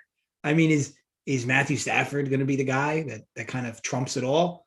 Granted, Stafford, lightning could strike. He could have an incredible game. But they caught a team in Arizona pissing down their leg. They're not going to get that from Brady. Now, I get why the line is what it is, right? Brady's missing a lot of weapons, and that didn't matter against Philly, who can't throw the ball. Stafford, will likely find opportunities against this defense. But to that point, when will the mistake come? Because, it's going to happen in this game in some flavor. Now, like the only way, I think this could somehow be an issue for the Bucs, right? Is, so Ramsey's going to be on Evans, and then Brady's throwing to maybe Gronk and a bunch of UPS workers, right? I think last week we went with FedEx. This week we'll go UPS. So the continuity aspect could be an issue, right? Especially if the Rams can get pressure with 4, which they can. So I don't understand how Stafford would have to have, in my opinion, the game of his life. So to me, you want to bet the Rams over? Bet Stafford overall as props because he's going to have an amazing game for this team to win. And I'll be honest, you could bet over his props. The Rams could lose and he could still go over all those props. So you can't really run against Tampa. I mean, we saw it with Philly, right? Philly was statistically the best rushing offense, not on a per play basis, but on a per game basis. They did nothing, right? And Jalen Hurts, missed guys down the field consistently. To me, the recipe here is a huge game from Stafford. You think the Rams are going to win? It's because you think Stafford's going to play really well, because Brady's going to get his points on the board this week. And especially if they happen to get Lenny back, this offense will be in much better shape, and Brady will have his underneath safety net, which is something he hasn't had over the last few weeks. All scripts point to this being a Bucs roll spot. But again, it's all on Stafford. You're going to need his ceiling type of performance for them to exit with a win, in my opinion. And that would play into what we discussed, right? We discussed the 49ers Bucs NFC championship. So, we'll see what happens. I just think that, he has to outperform Brady here. And we've seen much better quarterbacks underperform against Brady in this spot. So yeah, give me the Bucs -3. Yeah. I mean, also too, the travel, they played on Monday. Now they play, on Sunday, but it definitely, I think, advantage Bucs for sure. Tony, what do you think of this Tampa Bay side here? Are you all in Tampa like our guy ODB? Couldn't be happier to fuel this show even more and say this is by far my favorite game of the week, and it's the Rams. The Rams are a deadlock this week. No chance they lose to Tampa. My favorite game of the week by a mile. They match up perfectly against this bad Tampa Bay team, and I can't wait to own all 3 of you. I'm so glad JSU got in with you guys too. Makes me feel good because this game is a dead lock. Go get the money. All right. Well, I haven't given my pick on the game yet. Yeah, you did. Thanks, you just picked. You just said listening. you were in on it. Don't be circling back, or I'm going to be getting on you like ODB. I didn't even get to talk. I literally was you just gave like your pick. You said you were in on because I was excited when you said you were in on Tampa. Well, yeah, I am on Tampa. On a side note, though, Tony, did you see that video that Mangone tweeted out from one of the NFL guys, Matthew Stafford, throwing that deep middle pass? That deep post pass to Van Jefferson, the pass I'm talking about. Oh, in the actual game? In the actual game. Yeah. He literally no-look the safety, and it was a no-look pass. Like he was Matt looking Stafford's at the left drop receiver. His ball bag right on these guys' head this week. And I'm retweeting this right now. You need to watch this. It's actually wild. He's not looking at Van Jefferson as he's throwing him the deep middle post. I couldn't throw a huge horse cock. Being on a show with you guys where Brady's playing Stafford and we're blowing Stafford. I didn't realize is it a one-on-one game? I didn't realize it was one-on-one. What is it, a quarterback? What is that old thing where they threw at the targets? What are they throwing, the freaking quarterback challenge? So the only thing that I worry about is this offensive line for Brady. They had two guys that were banged up. Tristan Wirfs. I need to hit something before you do the thing. Go. So now this explains all the pick sixes Stafford's thrown. He hasn't been looking at where he's been throwing the ball. So now I understand what happened. Just throwing it up. I'm telling you, watch that throw. I'm literally sitting there like, okay, how do you make this throw? Continue. Sorry to interrupt the diatribe. If you want to know what I'm talking about, by the way, I just retweeted it on my Twitter. Mangone tweeted it out, so you can check it out on the Twitter. But yeah, so I think the Bucs do win here. I think, first of all, Brady he's always going to get all the calls. I can't wait on Sunday. I know exactly what's going to happen. We're going to watch the game. Big T's going to call me after. He's going to say, friggin' Brady just gets every call and stupid. The Bucs suck. They should have lost that game. I can just already see the it game's happening. not going to be close, so the refs won't matter. The game's going to be, and Brady's going to win the game in the end because that's just what Brady does. He's the best.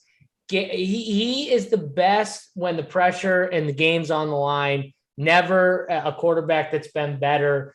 And this is the spot where you can say Dunkel, he's got FedEx workers getting the ball thrown to him. He's had this before. He's had to throw it to FedEx workers before and work with people who he's never met, like guys you wouldn't have thought. And he made them good. Like, he's done this before. This isn't new to him. He had to get a little timing with guys. Cyril Grayson, then he gets hurt. Tyler Johnson's had some hiccups, but he's got some talent. They've got other guys like Perryman. They've got the tight ends in Brait. The running backs, Uncle Lenny. I think Uncle Lenny's coming back for this game. I'm pretty sure anyways. The only worry I have is the Ryan Jensen, Tristan Wirfs. Those are the two by far. But one dude couldn't even stand last week. How's he going to be back to normal?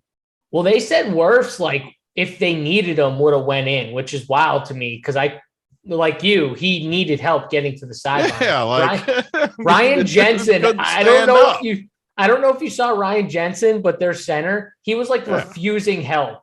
He was like, "Get away from me! I don't want your help." Off too.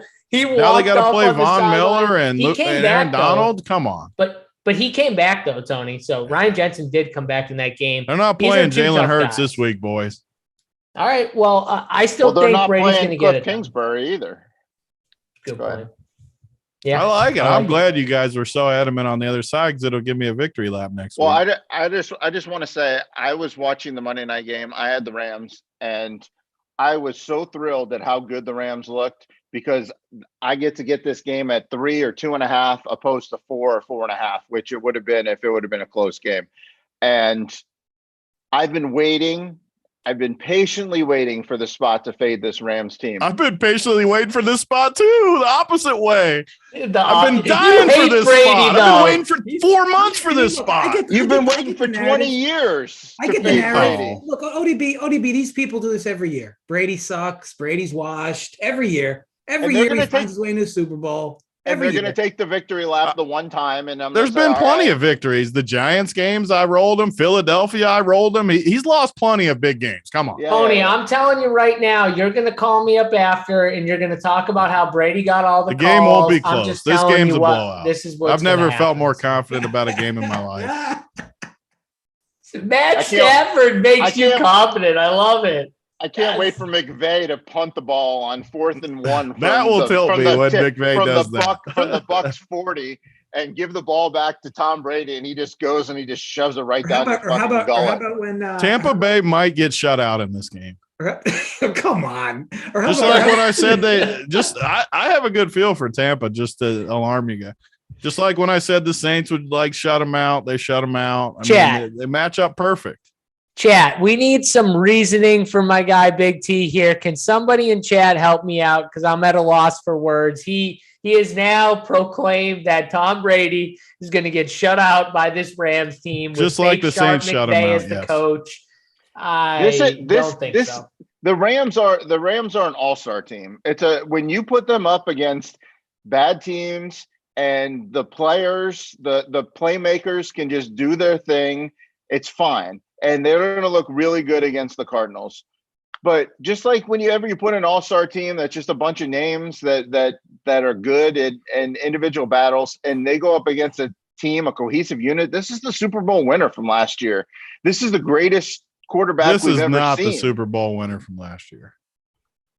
All right. We're gonna see, but I cannot wait. If you're gonna play a prop this week, play the Matt Stafford over interceptions. There'll be a defensive touchdown because Carlton Davis is taking one to the house, and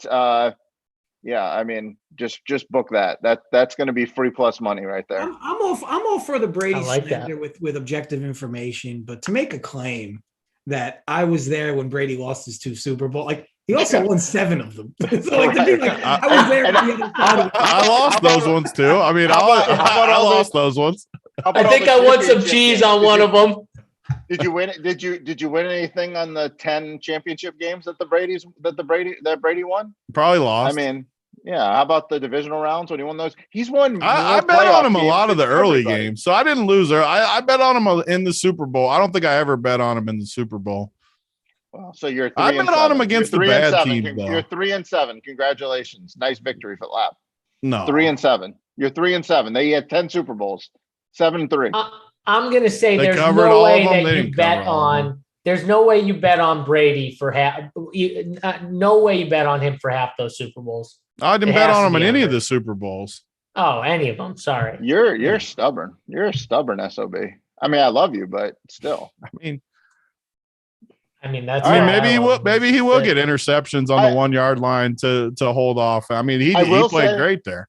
The way that this game goes sideways for the Bucs is if the Rams are able to create pressure by not blitzing with the linemen, if Wirfs or Jensen are not able to play at full speed, like that's the way, because Brady does make mistakes from time to time. He does throw stupid interceptions as well. So that's the path to victory to me. If they can give him a semi-clean pocket and allow him and sack him, that's a huge if, though. I'm just saying, but the Bucs are the number 1 rated offensive line. But those 2 linemen were significantly hampered last week. Yeah, and the Rams are peaking on their D line. But they're not peaking. They played the Cardinals, Tony. We can move on because I'm not losing this game, so we might as well move on. You understand? 60 minutes earlier, they had just given up a 17-0 lead to the Niners at home. So I mean, Niners are a physical football. I think the Niners are a great team. We're 60 minutes removed from them pissing down their leg against the Niners and then barely covering against the worst secondary in the history of football with the Ravens. I mean, we knew the. I mean, if we're looking at past games, the Saints shut your team out. So what are we talking about? Do you want me to go down the whole schedule? I think the 49ers have the Rams number. We're 60 minutes removed from the Saints winning, shutting them out. No, we're 60 minutes removed from 4 weeks ago. That was four. They're not playing Jalen Hurts this week. I can't wait. We already made our picks. Move us on to this next game. This does play into Tony's Super Bowl, right? Because the Niners will play the Rams, and the Niners absolutely own the Rams. They own them. This definitely plays right into it. Good point, Uncle. I love it. That's a great point. Yeah. All right, we do have thing about picking all winners last week is my picks are still alive for this week. Hey, listen, no. Don't be like, oh, I'm up. I can lose if I need to. You're picking a win. You're picking a win here, Tony. No, I didn't. I'm very confident. If I lose this week, I'll come and take L's because I'm very confident in all 4 games. But the Rams are definitely my favorite. So we do have some people. Anthony Sorrow in chat says awful matchup for Brady. We got some Rams love in the chat here. West Coast Gem says Rams are built for this. We got some Rams love. So I think some people are with you here. Blake Hagee just hates ODB. He's just been coming after him the whole show. Blake Hagee. Who's this? He must be a poker player. You must have peeled him one day, ODB. What's his name? I don't know, but he can't. Every take, he's just smothering you. Blake Hagee is a member at Run Pure Sports. He's a good dude too. He's Hagee B in the Discord. But it's okay. Look, if you're not making enemies, you don't have a strong opinion, so that's fine. I don't mind having opinion. I mean, I don't mind having enemies. I've got opinions, and I'll stick my neck out, and that's fine. Blake, that's what makes this show fun, anyways. Listen, you don't want us to pick the same team. Haters are welcome on this show. Like, if you want to hate. Bring it. Let's go. Everyone's welcome. This is why I like ODB. I respect anyone who can just kill a hater with kindness. That's my favorite. That's fine. Blake, good luck to you, buddy. That's fine. I hope I see you at the tables. I don't think you want to see ODB at the tables, Blake. I love that little passive-aggressive stick at the end. Hope you see you at the tables. My guy Blake's a good dude. He's got his own Blake football is a good takes. dude. Blake, I think, gave away an entry one night, too. I'm pretty sure he gave away a decent-sized entry to people. Blake is a good dude. Trash talk. There's nothing wrong with haters and trash talk. He was at the King of the Beach, repping the RPS with Tambo and all those other guys. Taking their shirts off. King of the Beach. Well, I don't know what they were doing, but, no. Blake, Mitch, come on, Snyder. This is all fun and games here, Snyder. Come on. All right. I need some golf winners for the showdown tomorrow. Let's go, Snyder. Snyder follows me. He likes a lot of my tweets. I don't know him, but I like him. So he's good. Snyder's our golf dude. Tons of good information. Snyder's the GOAT. All right. Really good dude. All right. Let's talk said, about I this guarantee you I got a smoke show. Try again, my God. I love the trash talk breaking out in the chat now.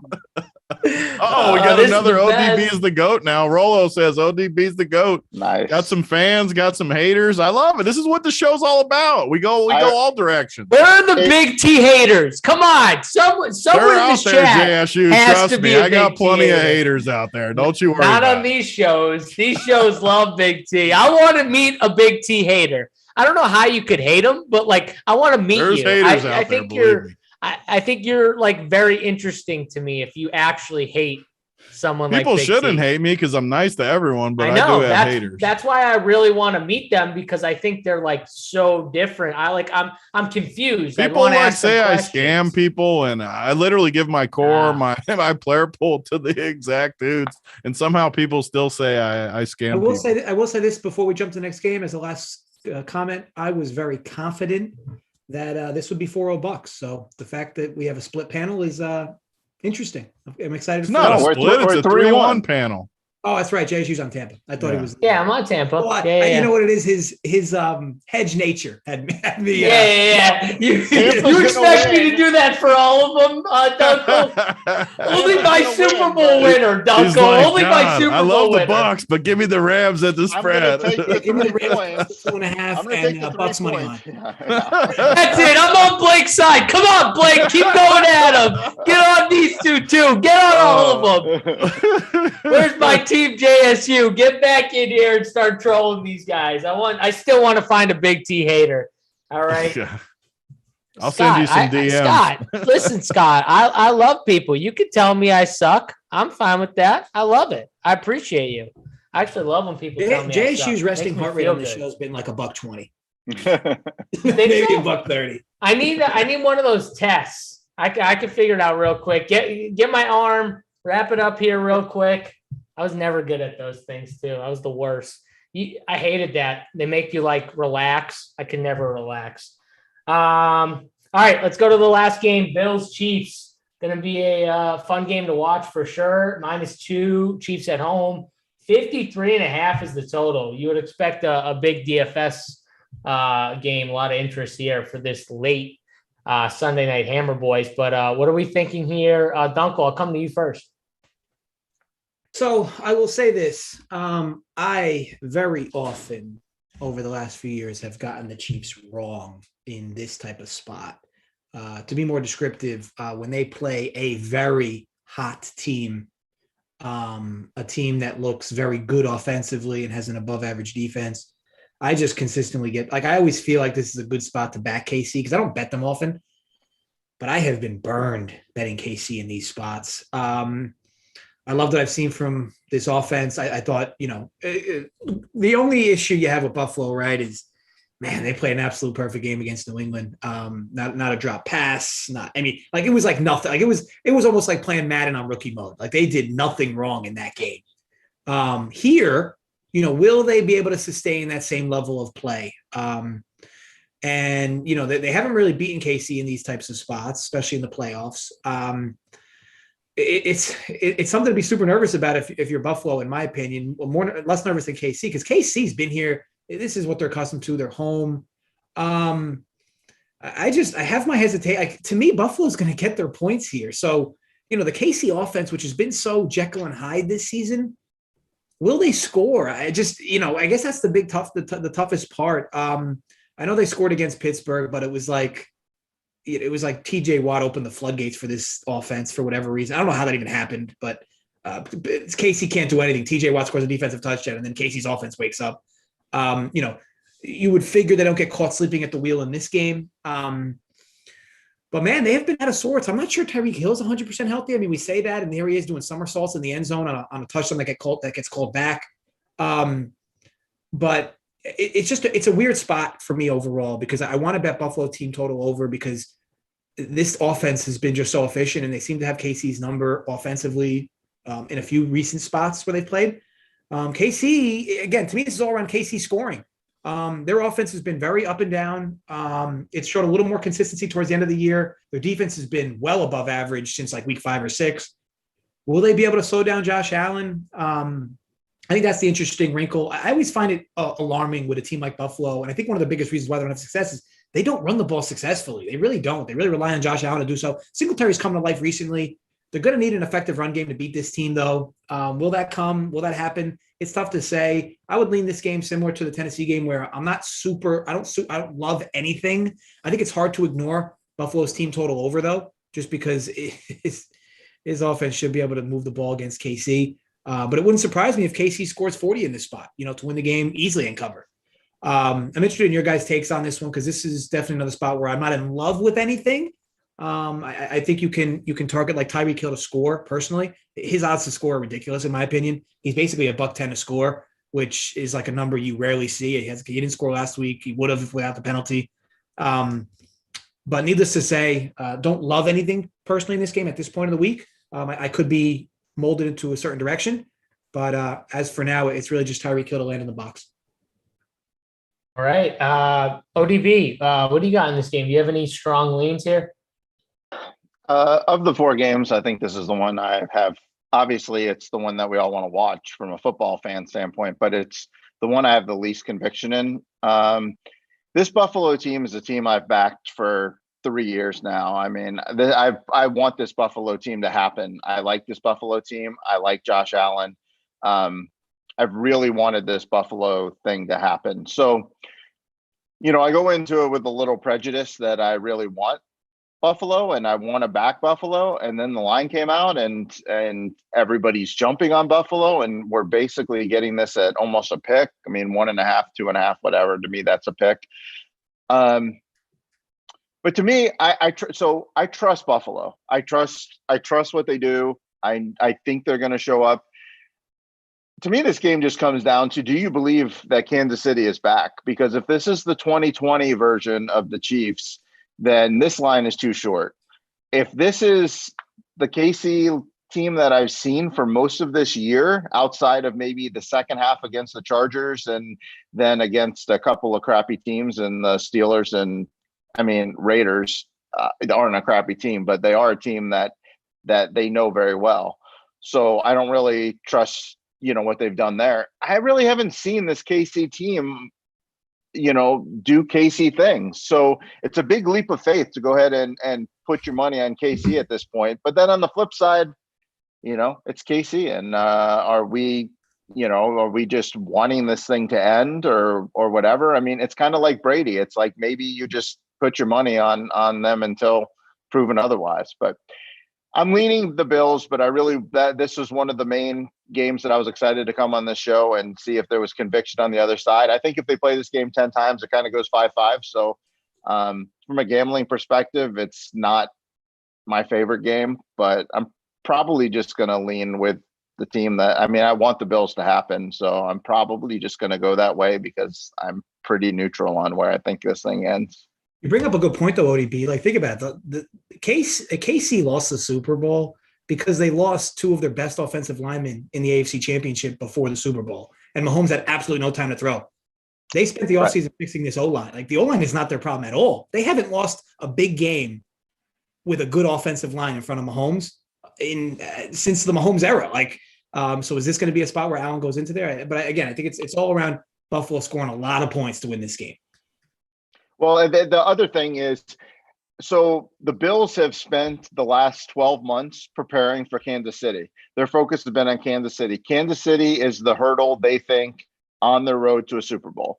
So I think that Dable and McDermott spent basically the entire year trying to build this team to beat Kansas City. What is Kansas City focused on? They're not focused. They haven't been focused on Buffalo for the last year. They're focused on Tampa, on what mistakes happened there, and just kind of, I don't even know what. I mean, this team kind of sleptwalked through a lot of the season, but the Bills, like, they should be ultra prepared for this game.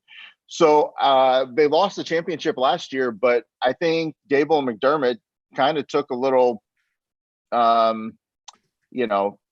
don't really like the way they called that game. On 4th and short, they kicked field goals. They didn't go for it. I don't think they're going to make the mistake. They got torn up last year after this championship game for not going for it. I hope they learn their lesson, and I think they're going to come in guns a-blazing. And this Chiefs team does tend to get off really slow. They were really slow against the Chargers. They were really slow against the Steelers. If you get off slow versus this Bills team, you could just get pasted. I mean, they're not going to stop. So I do think that sometimes these Chiefs think they can just turn it on whenever, and they might turn it on too late versus this Bills team. But let's see what the other two guys think about this game. Yeah, Tony. I mean, I agree with them that the Chiefs are a little like they cakewalk through a lot of spots. I think. I don't think that's going to be what they do here. But one of the things with the slow starting, I think, has a big part in it is Mahomes is just trying to make things happen down the field, and he forces it a little too much, and they try it in the beginning. They realize eventually that it's not there, and then they go with what the defense is just giving them. If you watch the Steelers game, and if you watch some of those other games later in the year, Mahomes has gotten better at just taking what the defense is, just saying, fine, I can't have the 60-yard bomb to Tyreek.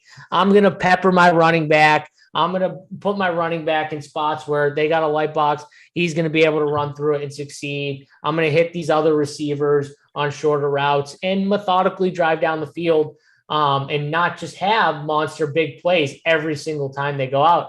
I think that's something that Mahomes has struggled with throughout the year, trying to figure out, between the big plays in the offense and being able to just sustain drives. And I think it's ruined a lot of drives for them. I don't think you see it in this scenario, though, because this is a major game, obviously playoff game. But what do you think happens here?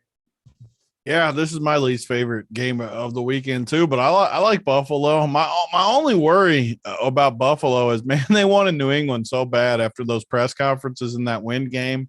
And they were asking McDermott and all the questions about Belichick and if they were embarrassed and all that stuff. They really shot their wad to beat New England. Perfect game. So now what do? Do they respond from that and just put it behind them and come back in, go strong? The topper to the whole thing, though, is Kansas City just hasn't. I know they crushed Pittsburgh, but, man, like you guys already said about last week, Philly shouldn't have really – they just weren't very good. Pittsburgh wasn't very good. A lot of those teams last week, that's why the games were kind of easy. Chalky, public, easy type wins. Just bad teams. This week we got good teams, which is the advantage. One of you said, I can't remember, when no upsets happened last week, you're going to get great games this week. And Buffalo, Kansas City is the top of that list, like we all want to watch. So, yeah, I think Buffalo, I agree with what ODB was saying. If Kansas City keeps starting slow like we've seen in the past, because even the Super Bowl year, one of the two, so they'd get down 21-0 or something. You weren't worried because they'd come back. If they get down 21-0 in this game, 14-0, they're in big, big trouble against Buffalo because Buffalo's going to keep scoring. Buffalo has two of the best safeties, I think, in football. I'm not the best with players' names on defense, but I'm pretty sure their safeties are very good, which I think matches up great against Kansas City. Tyreek is hurt. You factor everything into it. I just think Buffalo might be better. So I'm going Buffalo, but it's definitely my least favorite of the four games. And, I mean, if Kansas City came out and played great and beat them, would I be shocked? I mean, hell no. It's Mahomes. It's the team that's been the best for the last 2 or 3 years on offense. So I like Buffalo, but definitely I do like the over too, though. I think both teams score. I don't think there's a ton of running the ball.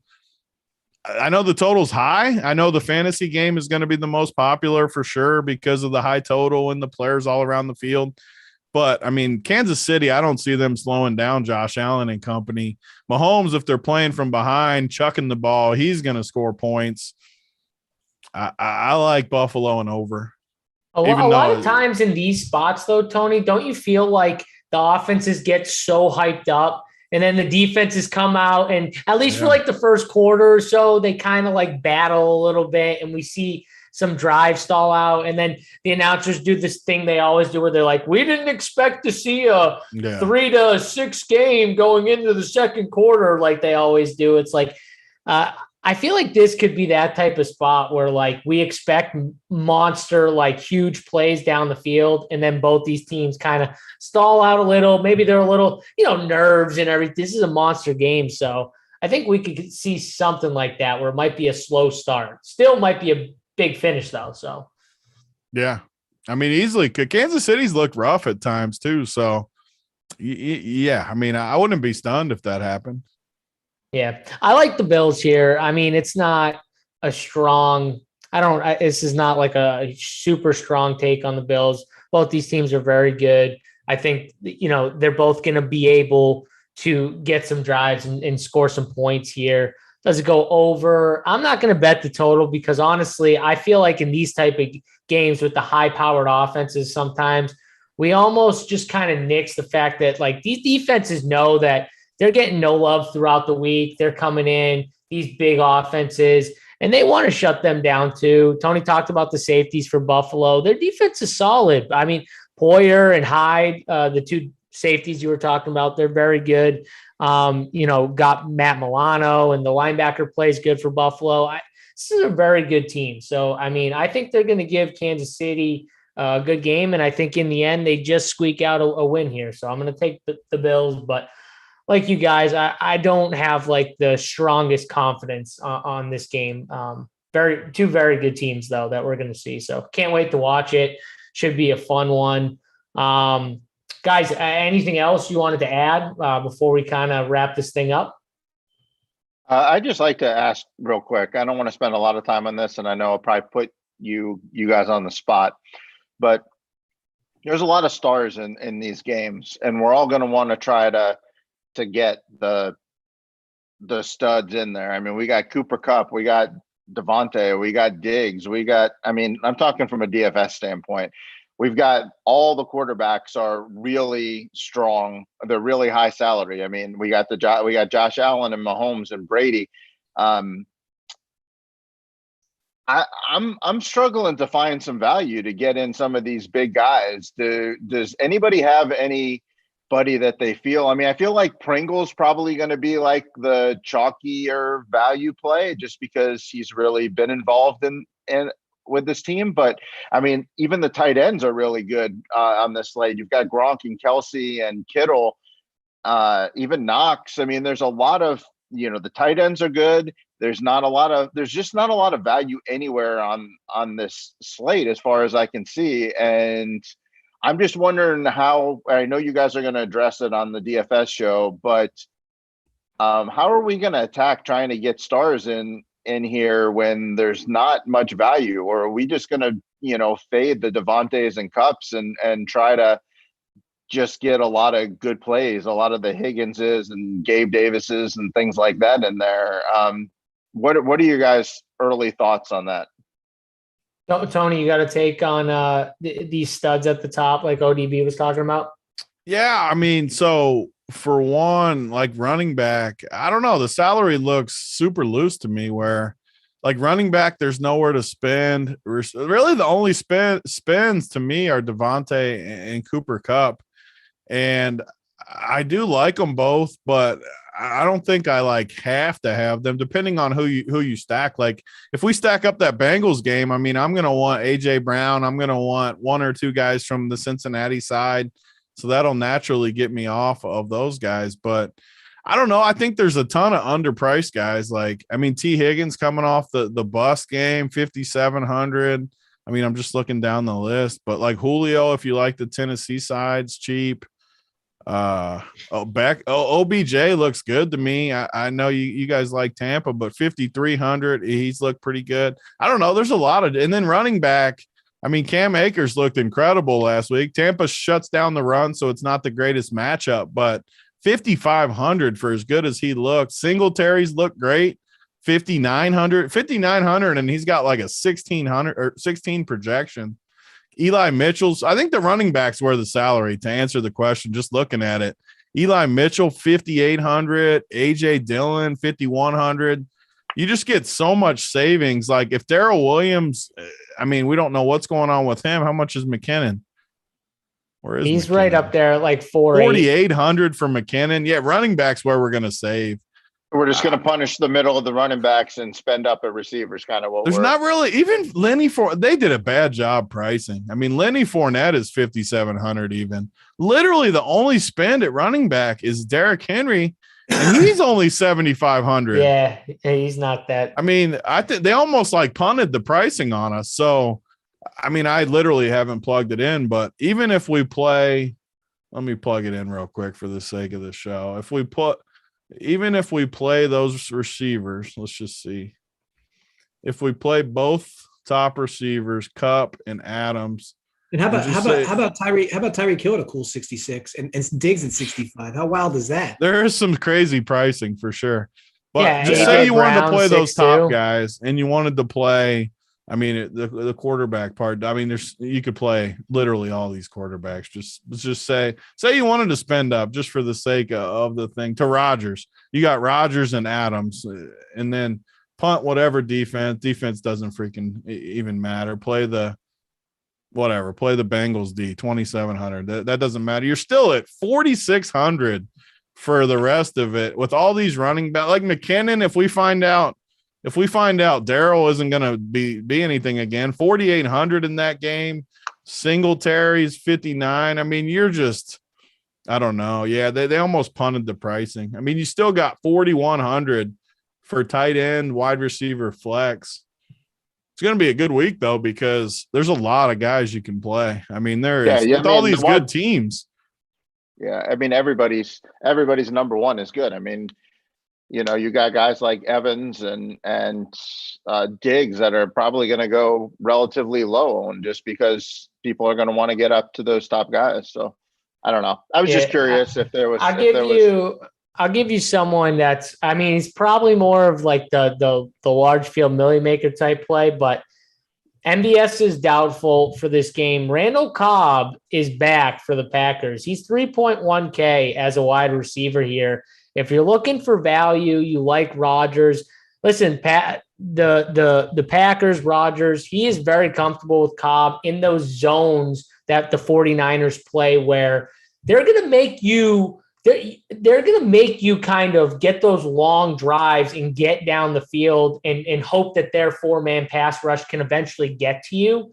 And those kind of plays where Rodgers getting it out quick, I have to think Randall Cobb is going to have some type of role here. And it makes sense too. Randall Cobb's a little smaller, can get in those quick little seams and sit, and Rodgers can just hit him.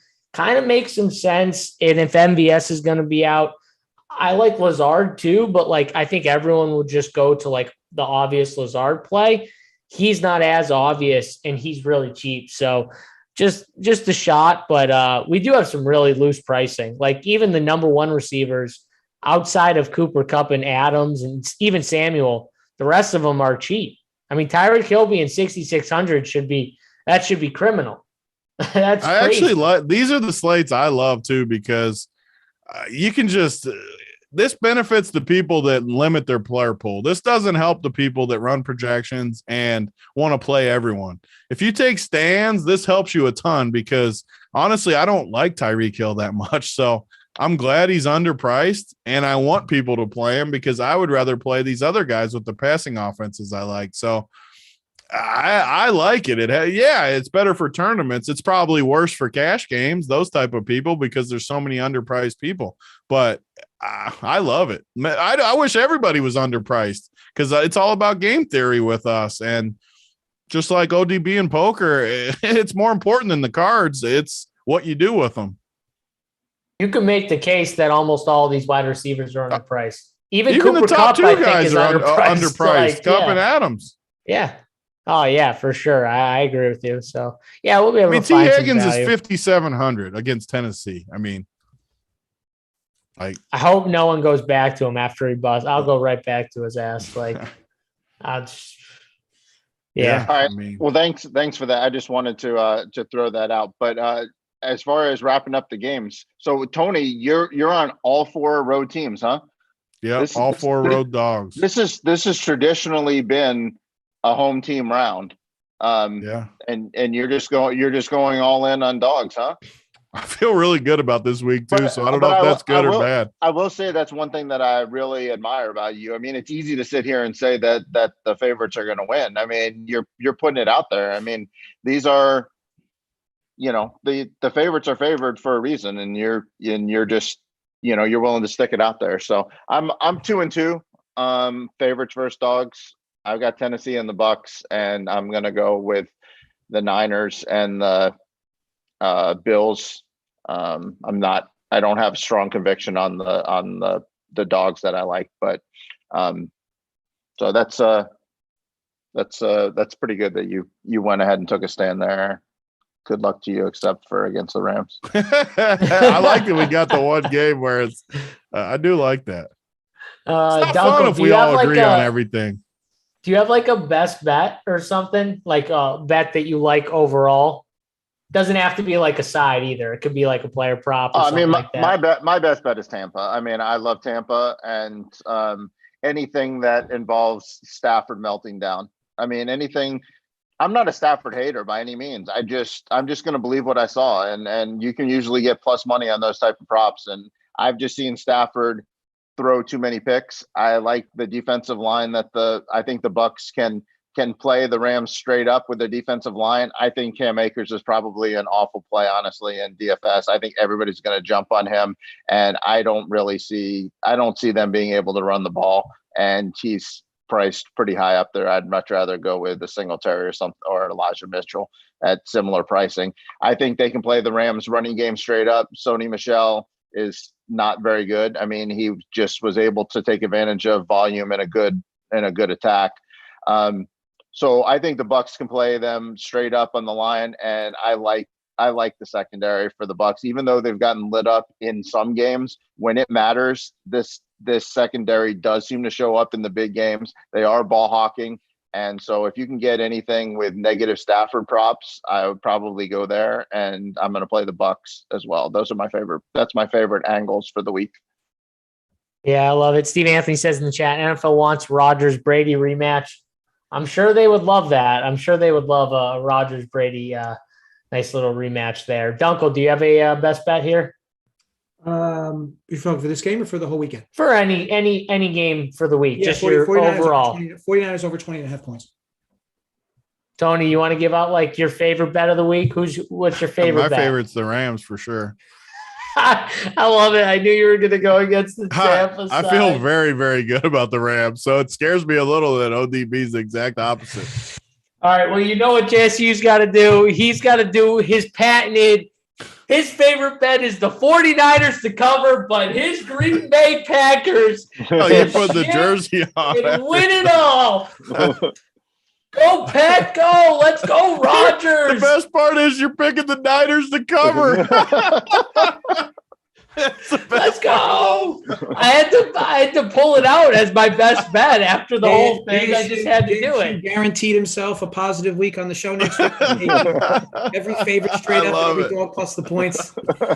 I just can't. I feel like I can't lose right now, Dunkel. I don't know why. I feel like you literally can't.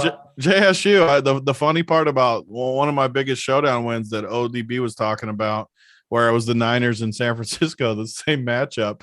I had the Rodgers jersey on that night. That's a little known fact. I had the Rodgers jersey on.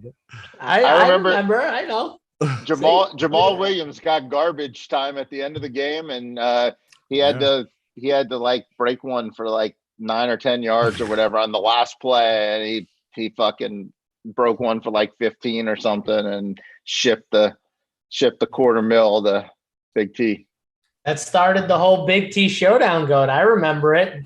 What a takedown that was too. That was a FanDuel takedown too, right, Tony? No, that one was DK. The was funny it thing DK? is there was a FanDuel one with the same two teams. Though. I swear it was the same two teams. It wasn't that same game though. It was a different game. Is the funny part. Okay. Sorry, guys. There's so many takedowns from Tony that I get confused which one it is. I mean, Dunkel, it's got to be a tough life to be Big T. I mean, I'm getting confused on which takedown is which. It's just look how good Dunkel's shirt looks. Did we talk about his shirt on the air? He said that's his nicest shirt. I think it looks good. Are there holes in that shirt actually, Dunkel? Because you said there were holes in the shirt. So are there actually holes? I bought the shirt with holes in it. Correct. Where are they at? I don't see no holes. I don't see it. On the neckline. Are you guys blind? Back, but I don't see. I see one now. I am blind. I see one. How'd you holes. see that, ODB? I couldn't even see that. Come on, the neckline. That's where the holes form on those. That's style T-shirts. Yeah. ODB just knew it too. He just called it out. He knew it though. He could tell ODB, game knows game. ODB sees it. Yeah, look, I can tell. I sleep in shirts like that. That's my sleep attire right there. That's not my go on the show attire, but you know, I wear these to premier nightclubs, and ODB's like I sleep in those type of shit. All right, guys. Hey, don't forget to hit that like button on your way out. Subscribe to the channel. Hit that red little box. Get subscribed to the YouTube channel. We got a ton of stuff. Rump Your Sports YouTube channel shows every day. Rump Your Bets YouTube channel too. Check that out.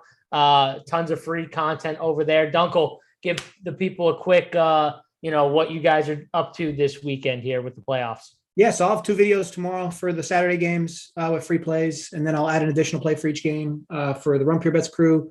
I'll then have a live show on Sunday morning running through the bets for the Sunday games. So definitely cover it on the free end and of course on the Rump Your end because you'll get an extra pick for each game from me on those. Jay will have his live shows running, spread, been crushing with these NBA shows daily, him and Tyler, and of course the additional DFS crew that joins him each day, JSU. I know you're a part of them. So that'll be great. And of course, like I said, always stay tuned to Keg's live show. Absolutely smashes them. He's been smashing it for NFL and you have a big, huge UFC card. So he'll be live for it. So be sure to check it all out, but it's all good stuff. Yeah. For a very low price. Yeah. My guy Keg does a really good job. And if you like in-game betting, live betting, whatever you want to call it, for tons of different sports, I mean, ranging from NASCAR, MMA, NFL, it doesn't matter. The guy just picks winners and he's on there for the subscribers, and he's doing it pretty much all day as there's sports going on. He's on there live, just giving out winners.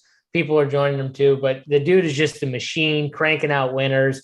Tony, we got MMA coming up on Saturday. We've got NFL. I mean, give the people a little peek into the Big T window for this weekend. What do we got? I love it. My favorite weekends. We got the Big Four NFL. We got a huge fight, one of the best main event fights of the last couple of years, Saturday night. We got golf. Golf's always one of my favorites, as everyone knows. And yeah, I mean, that's the best part about Rump Your. We got all this content for one price. So check us out. One price. All the content you need, every sport, we got you covered. Rump Your Sports, Rump Your Bets. For that, that's going to do it for us. Print Factory Show Playoff Edition number 2. We'll be back next week for me, JSU, Big T, ODB, and Uncle Dunkel. Simon, wrap it up.